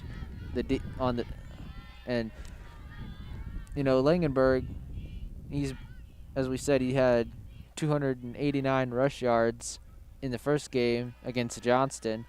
Tonight he's probably got somewhere close to that total. Ridinghouse over the middle. A catch is made. That's Llewellyn. He's still moving, and he gets out of bounds. Pushed out by Winnie Coneth. DeAndre Isaac, rather, who pushed him out. 1st and 10 for the Urbandale Jayhawks. 32 seconds to play in the 3rd. And if Urbandale continues to move like they have been, they're going to get one more touchdown before this 3rd quarter is over. Yeah, I wouldn't doubt that. 26 on the play, 1st and 10 from the 20.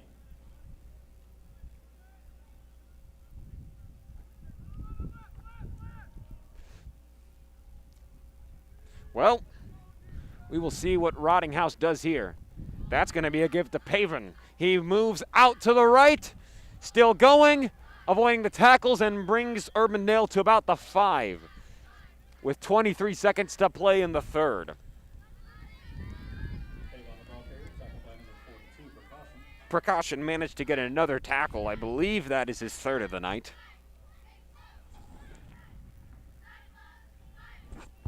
Gain of 14 on the play, 1st and goal, 6. It's going to be 1st and goal from the 6 after a gain of 16. And the clock is actually going to continue to roll. Urbandale will let it roll out. Urbandale will have it at 1st and 10 from the Ames 6-yard line. When we come back, Ames needs a miracle at this point to get back into this game. We'll have to see if they can pull it off after this break. Keep it right here. You are watching AHS Football on AHS Sports Network on YouTube.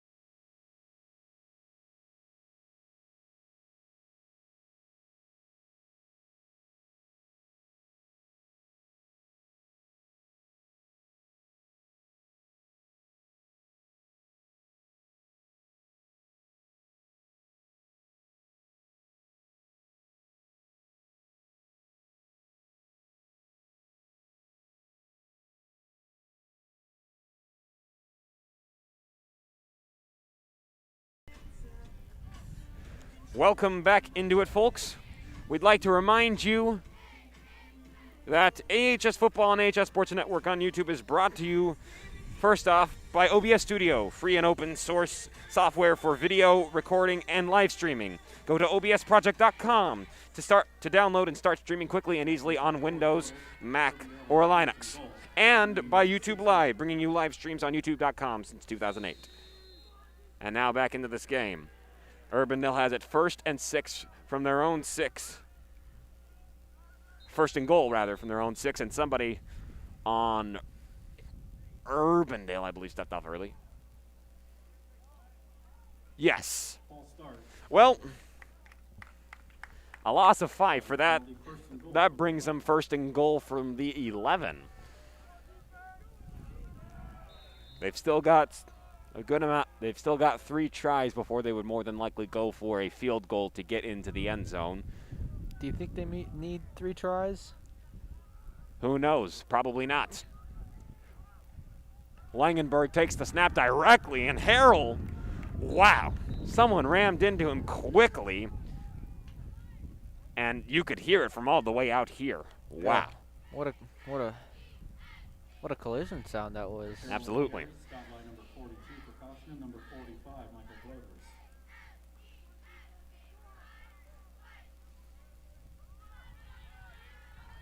And 2, 2nd and goal from the 9.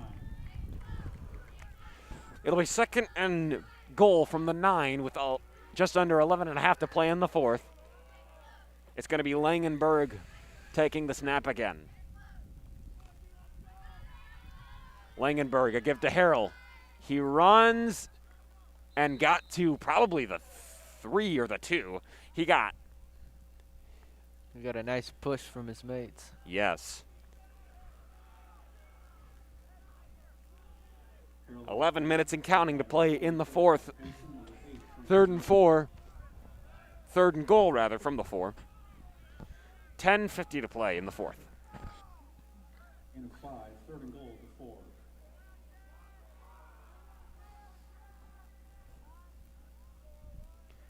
Tucker Langenberg, who took over the starting quarterback position in place of Peyton Rottinghouse today, and he'll run it himself. He was short. He got right to the goal line. He nearly got his 3rd touchdown of the 2nd half. Are they going to go for it, or are they going to send out the kicking team? 3, 4th and goal from the 1. I would go for it. You got nothing to lose here. They've got Rottinghouse going in. They're sending Langenberg to the bench. They're going to go for it. Let's see if they can get it. At worst, you lose the ball, but you pin Ames at the 1. They're probably going to go for the fade route. No, they give it up the middle. Oh, and the stop was made. The stop was made. Couldn't see who exactly came up with it. But what a play. Stop by number 45, Michael Broders. That was Broders, Michael Broders, who came up with a huge stop. No gain on the play. Urbandale's first turnover of the game. While that was a clutch play, it really needed to be happening sooner for the little Cyclones. But I can say that it was a great play.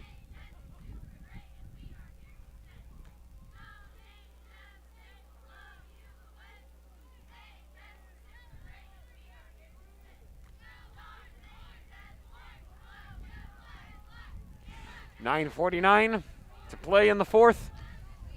Ames will have it from their own one. Lipsy.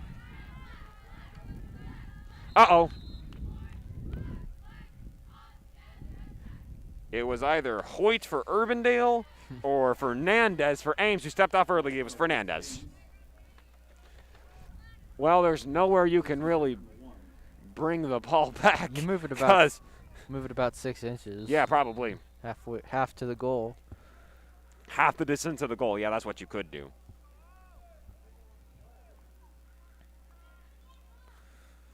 There's Lipsy.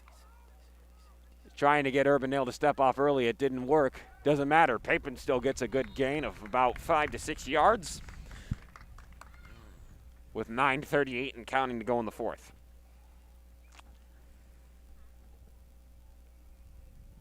Taping the ball carrier, stop by number 1, Caleb Hoyt, and number 23, Alex Elfin.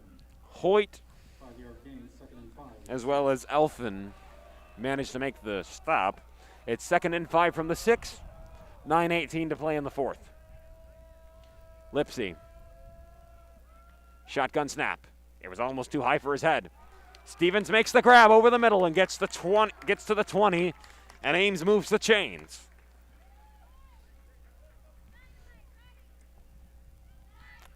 Lipsy complete to Stevens, back up by number 21, Ian Myers. Ian Nyans made the tackle there. Great play there. Yeah. Definitely a great play. That was the first down that Ames needed, but probably not where they wanted it on the field. Lipsy rolls right and fires. Evan Gray makes the grab. That's going to be a first down. Out about the 30. Lipsy complete to Gray, stop by number 12, Sam Hodevek. Hodevek on the tackle for the Jayhawks. 31. It'll be 1st and 10 from the 31 for the little Cyclones with 8:37 and counting to play in the fourth. 40 to 6.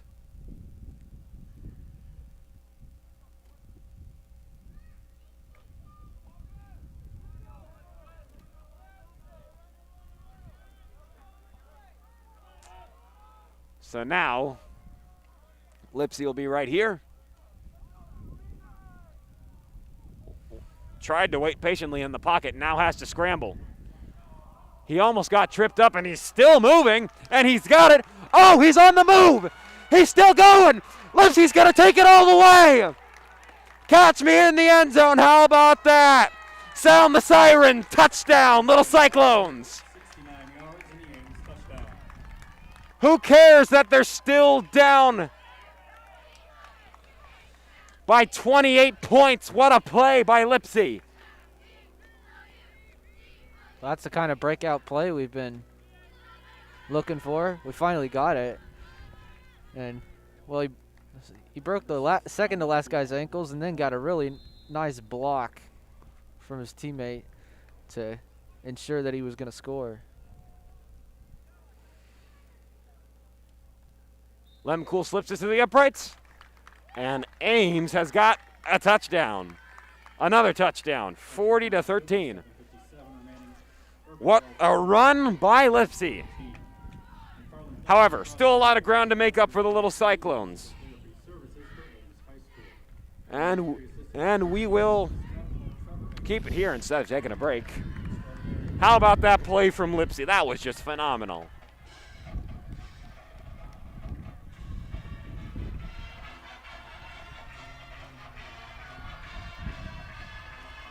.757 to play in the fourth.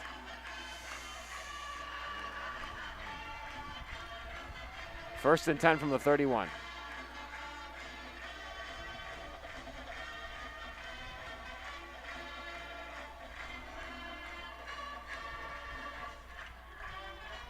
So it seems like Lipsy just managed to escape and just make a fantastic play.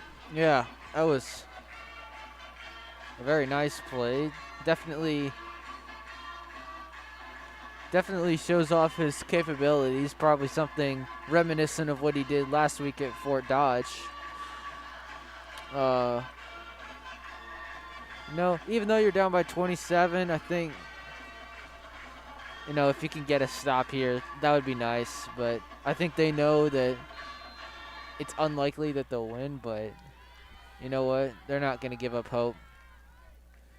Lem Cool with the kickoff. Ball bounces high. It's going to be a return from Benjamin Booth. He gets to about the 44, and it's taken down. Lemcool's kickoff to the 25-yard line.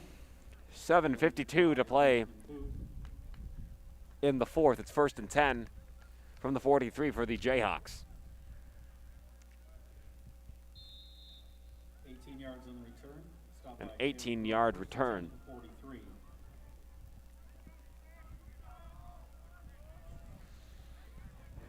So here we go. Rottinghouse back on the field. That's going to be a give to, looks like Booth. He managed to get about 9 yards on the play. Booth, the ball carrier, stopped by number 53, Caleb Graw. Number 53, Caleb Graw, who's been coming up with tackles all night, manages to get another one right there. Yeah, he's been the all-around defender tonight for Ames, and as well as Prakashan. He got some good tackles early in the fourth quarter as well.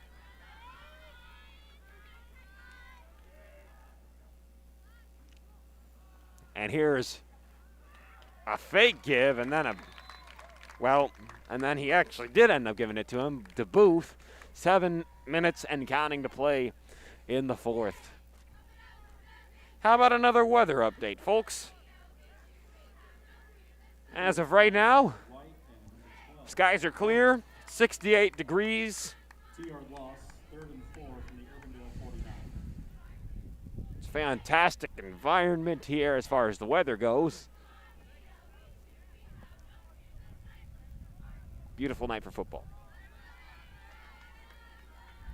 3rd and 4 from the 49 of their own territory for the Jayhawks. Rottinghouse almost threw an interception to Conniff. Nobody else was there to make an interception. 4th and 4 from the 49. Well, do you give it back to the little Cyclones, or do you just go for it at this point? It looks like they're sending out the punting team. Is that the first punt that Urbandale's had? Maybe the second one. They haven't had to send the punting team out too many times tonight. Yeah, no matter what the number is, it's definitely low.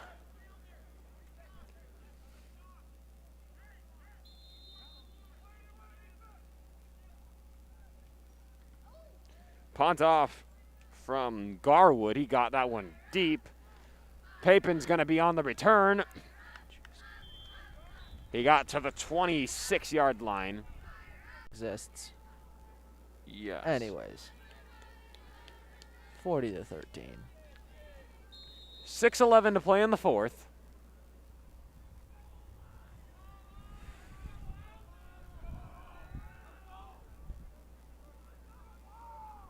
And here we go. And we have a new quarterback on the field. That is Trenton Smith.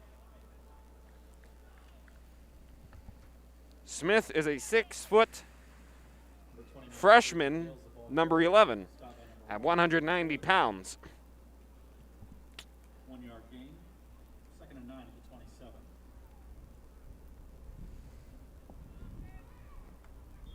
And it's 5:40 to play in the fourth. 2nd and 9 and the 27. Timeout Ames. Timeout is taken by the little Cyclones. Smith will take his second snap of this game when we return. Keep it right here. You're watching AHS Football on AHS Sports Network on YouTube.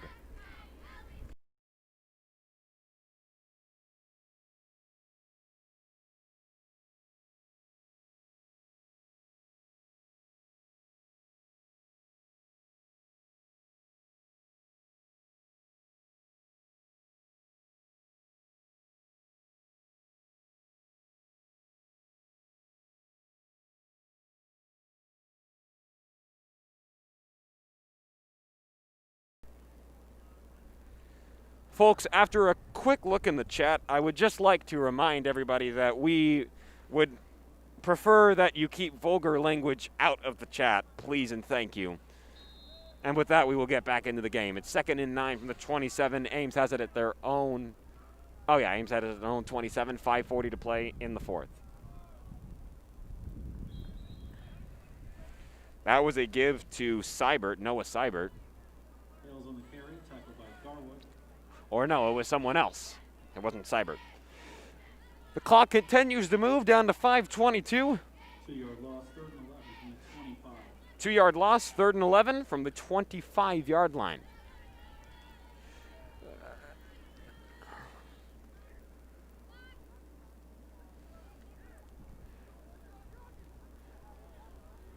Sorry, folks. Just so you know, this has been the 4th quarter. Just so you know. We've got a timeout from Ames. And I guess with that, well, let's just go ahead and have a quick reflection of the game instead of going back to a break. Well, it is at this point that Urbandale is going to come out with the win, in my opinion. And final score, Waukee 21, Yep. Ankeny 17. They never looked in doubt really after they scored their first 2 touchdowns, and we saw Langenberg just continue to tear up the defense of Ames tonight, and he's the real reason why they're all the way up to 40-13 lead.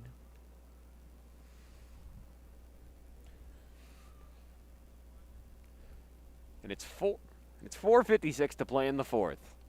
3rd and 11 from the 25.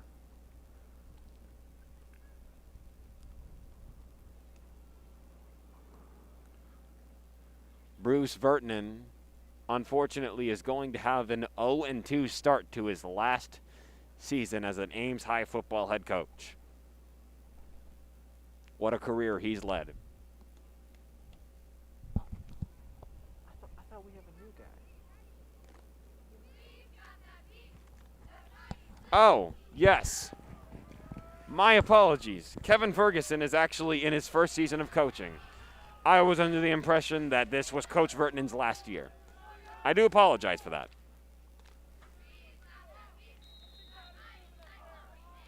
$4:56 to play in the 4th, 3rd and 11.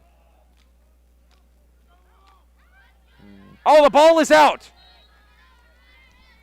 The ball was out after Smith was moving backwards, and Fumbled by Smith, recovered by Hales.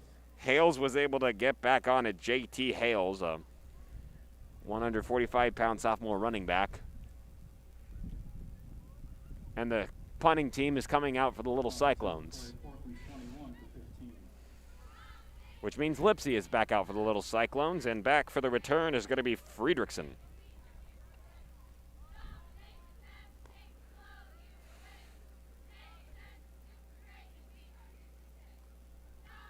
Lipsy with a line drive punt, and Friedrichsen's just going to let that one bounce.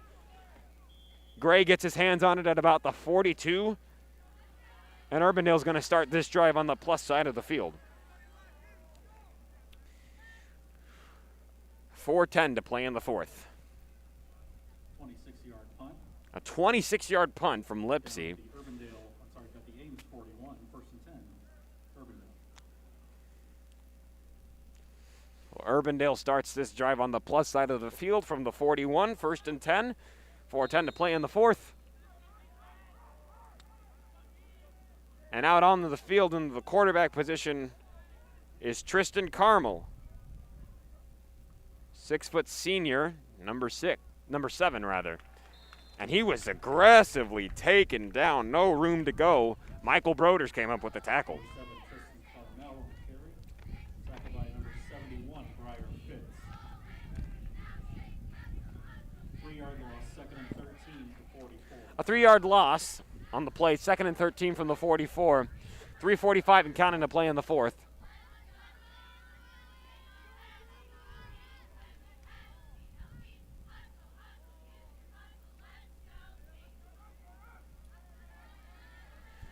Carnell. Shotgun snap. He gives it to Christian Lopez, who's taken down. Looks like they didn't get much farther than the line of scrimmage. No gain on play, 3rd and 13 from the 44.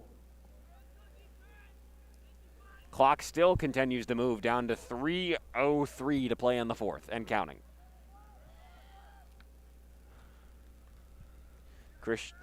And it'll be Tristan Carmel taking the snap again.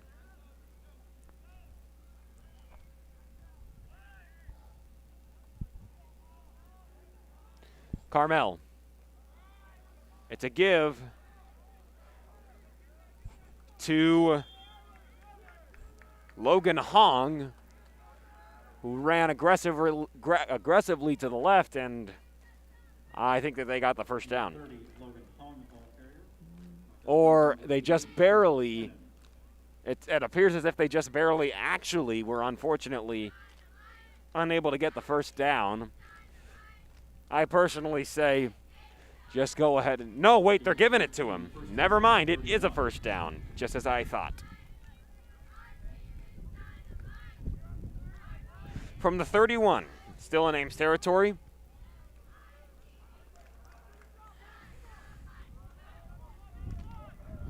And a delay.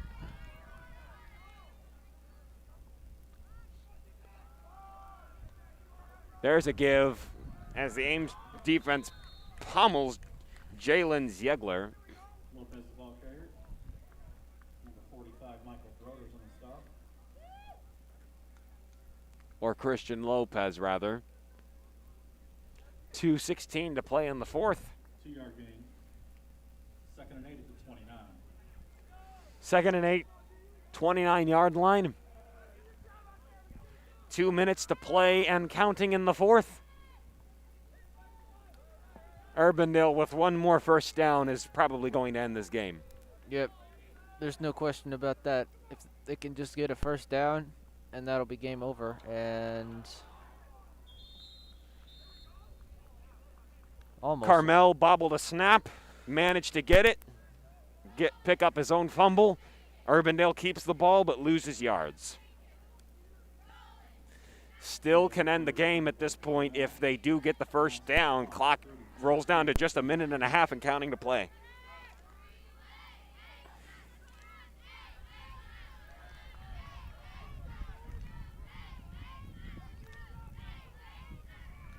Carmel takes a snap. That's a give to Hong. He is going to escape, still moving, gets it inside the 10. And with that, ladies and gentlemen, a few quarterback kneels should end the game. Clock has been stopped at just a minute 5 to play in the fourth. It's going to be 1st and goal from the 9. Hong, the ball carrier, tackled by number 31, Mike Brown.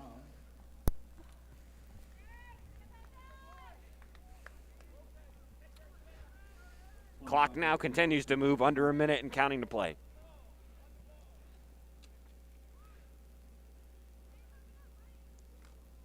And the kneels are beginning. For Carmel. And a dominant performance by Urbandale is about to come to an end. Well, it didn't feel like it was going to end anywhere in the second quarter. Well, they were the much better team today, and really that first and second quarter is what was able to propel them through the third and fourth with no problems. And I think this is a quality win for Urbandale, and definitely one that Ames can look back on and make sure that they can improve the things that they need to improve. Final score this evening, Urbandale 40, Ames 13. And with that, ladies and gentlemen, Attending tonight's game, please drive home safely. the clock has run out of time. Urbandale moves to a record of 2-0, and Ames moves to a record of 0-2, entering a 2-week period.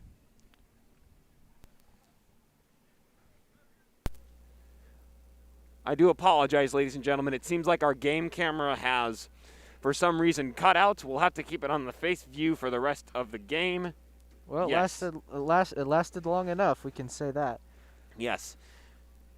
Urbandale defeats Ames by a final score of 40-13. Instead of taking a break because our game camera cut out for some reason, let's just go ahead and give post-game thoughts right now. What do you think? Well, Urbandale definitely dominated the run game with Langenberg, and Ames just never really had an answer for that. And no, it looked like it was going to be a back and forth battle at the very start of this game, but I guess it didn't turn out that way. Certainly didn't it. Well, Urbandale came out here and they were ready to play, and Langenberg and also Harrell just came out here with an impressive performance, and Ames just had no answer. Urbandale kept on doing what they knew worked, and Langenberg came up with 4 touchdowns and just absolutely overwhelmed Ames. Like I said, they just didn't have an answer for the powerful performance he put on. Yeah. No. Well, 27-point margin, definitely. Well, it's actually the same margin that they lost by in the first game, but this one, I guess they can say they held Urbandale to less points. But no, this is conference opponent stuff, so the road's just going to get tougher from here on out, and so Ames need to obviously fix some things heading into this 2-week break. But no, we still have hope for them, and I think they'll do well after this 2-week break. Yes, and with that, ladies and gentlemen, that's going to do it for this edition of AHS Football on AHS Sports Network on YouTube. On senior night in Ames High, it was seniors Jaden Harrell as well as Tucker Langenberg from Urbandale who dominated this game to give the Jayhawks the victory that they had. Thank you for tuning in to this edition of AHS Football on AHS Sports Network on YouTube.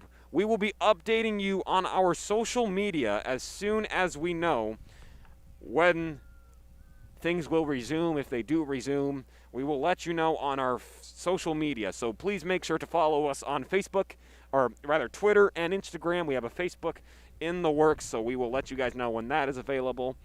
Please stay tuned in our social medias to know when we are updating about what we do. And that is going to do it for tonight. Thank you for tuning into this edition of AHS Football on AHS Sports Network on YouTube. I'm Carter White. I'm Ryan Eggert. The voices of your Ames High Little Cyclones, signing off. Stay safe, everyone. Yes, please.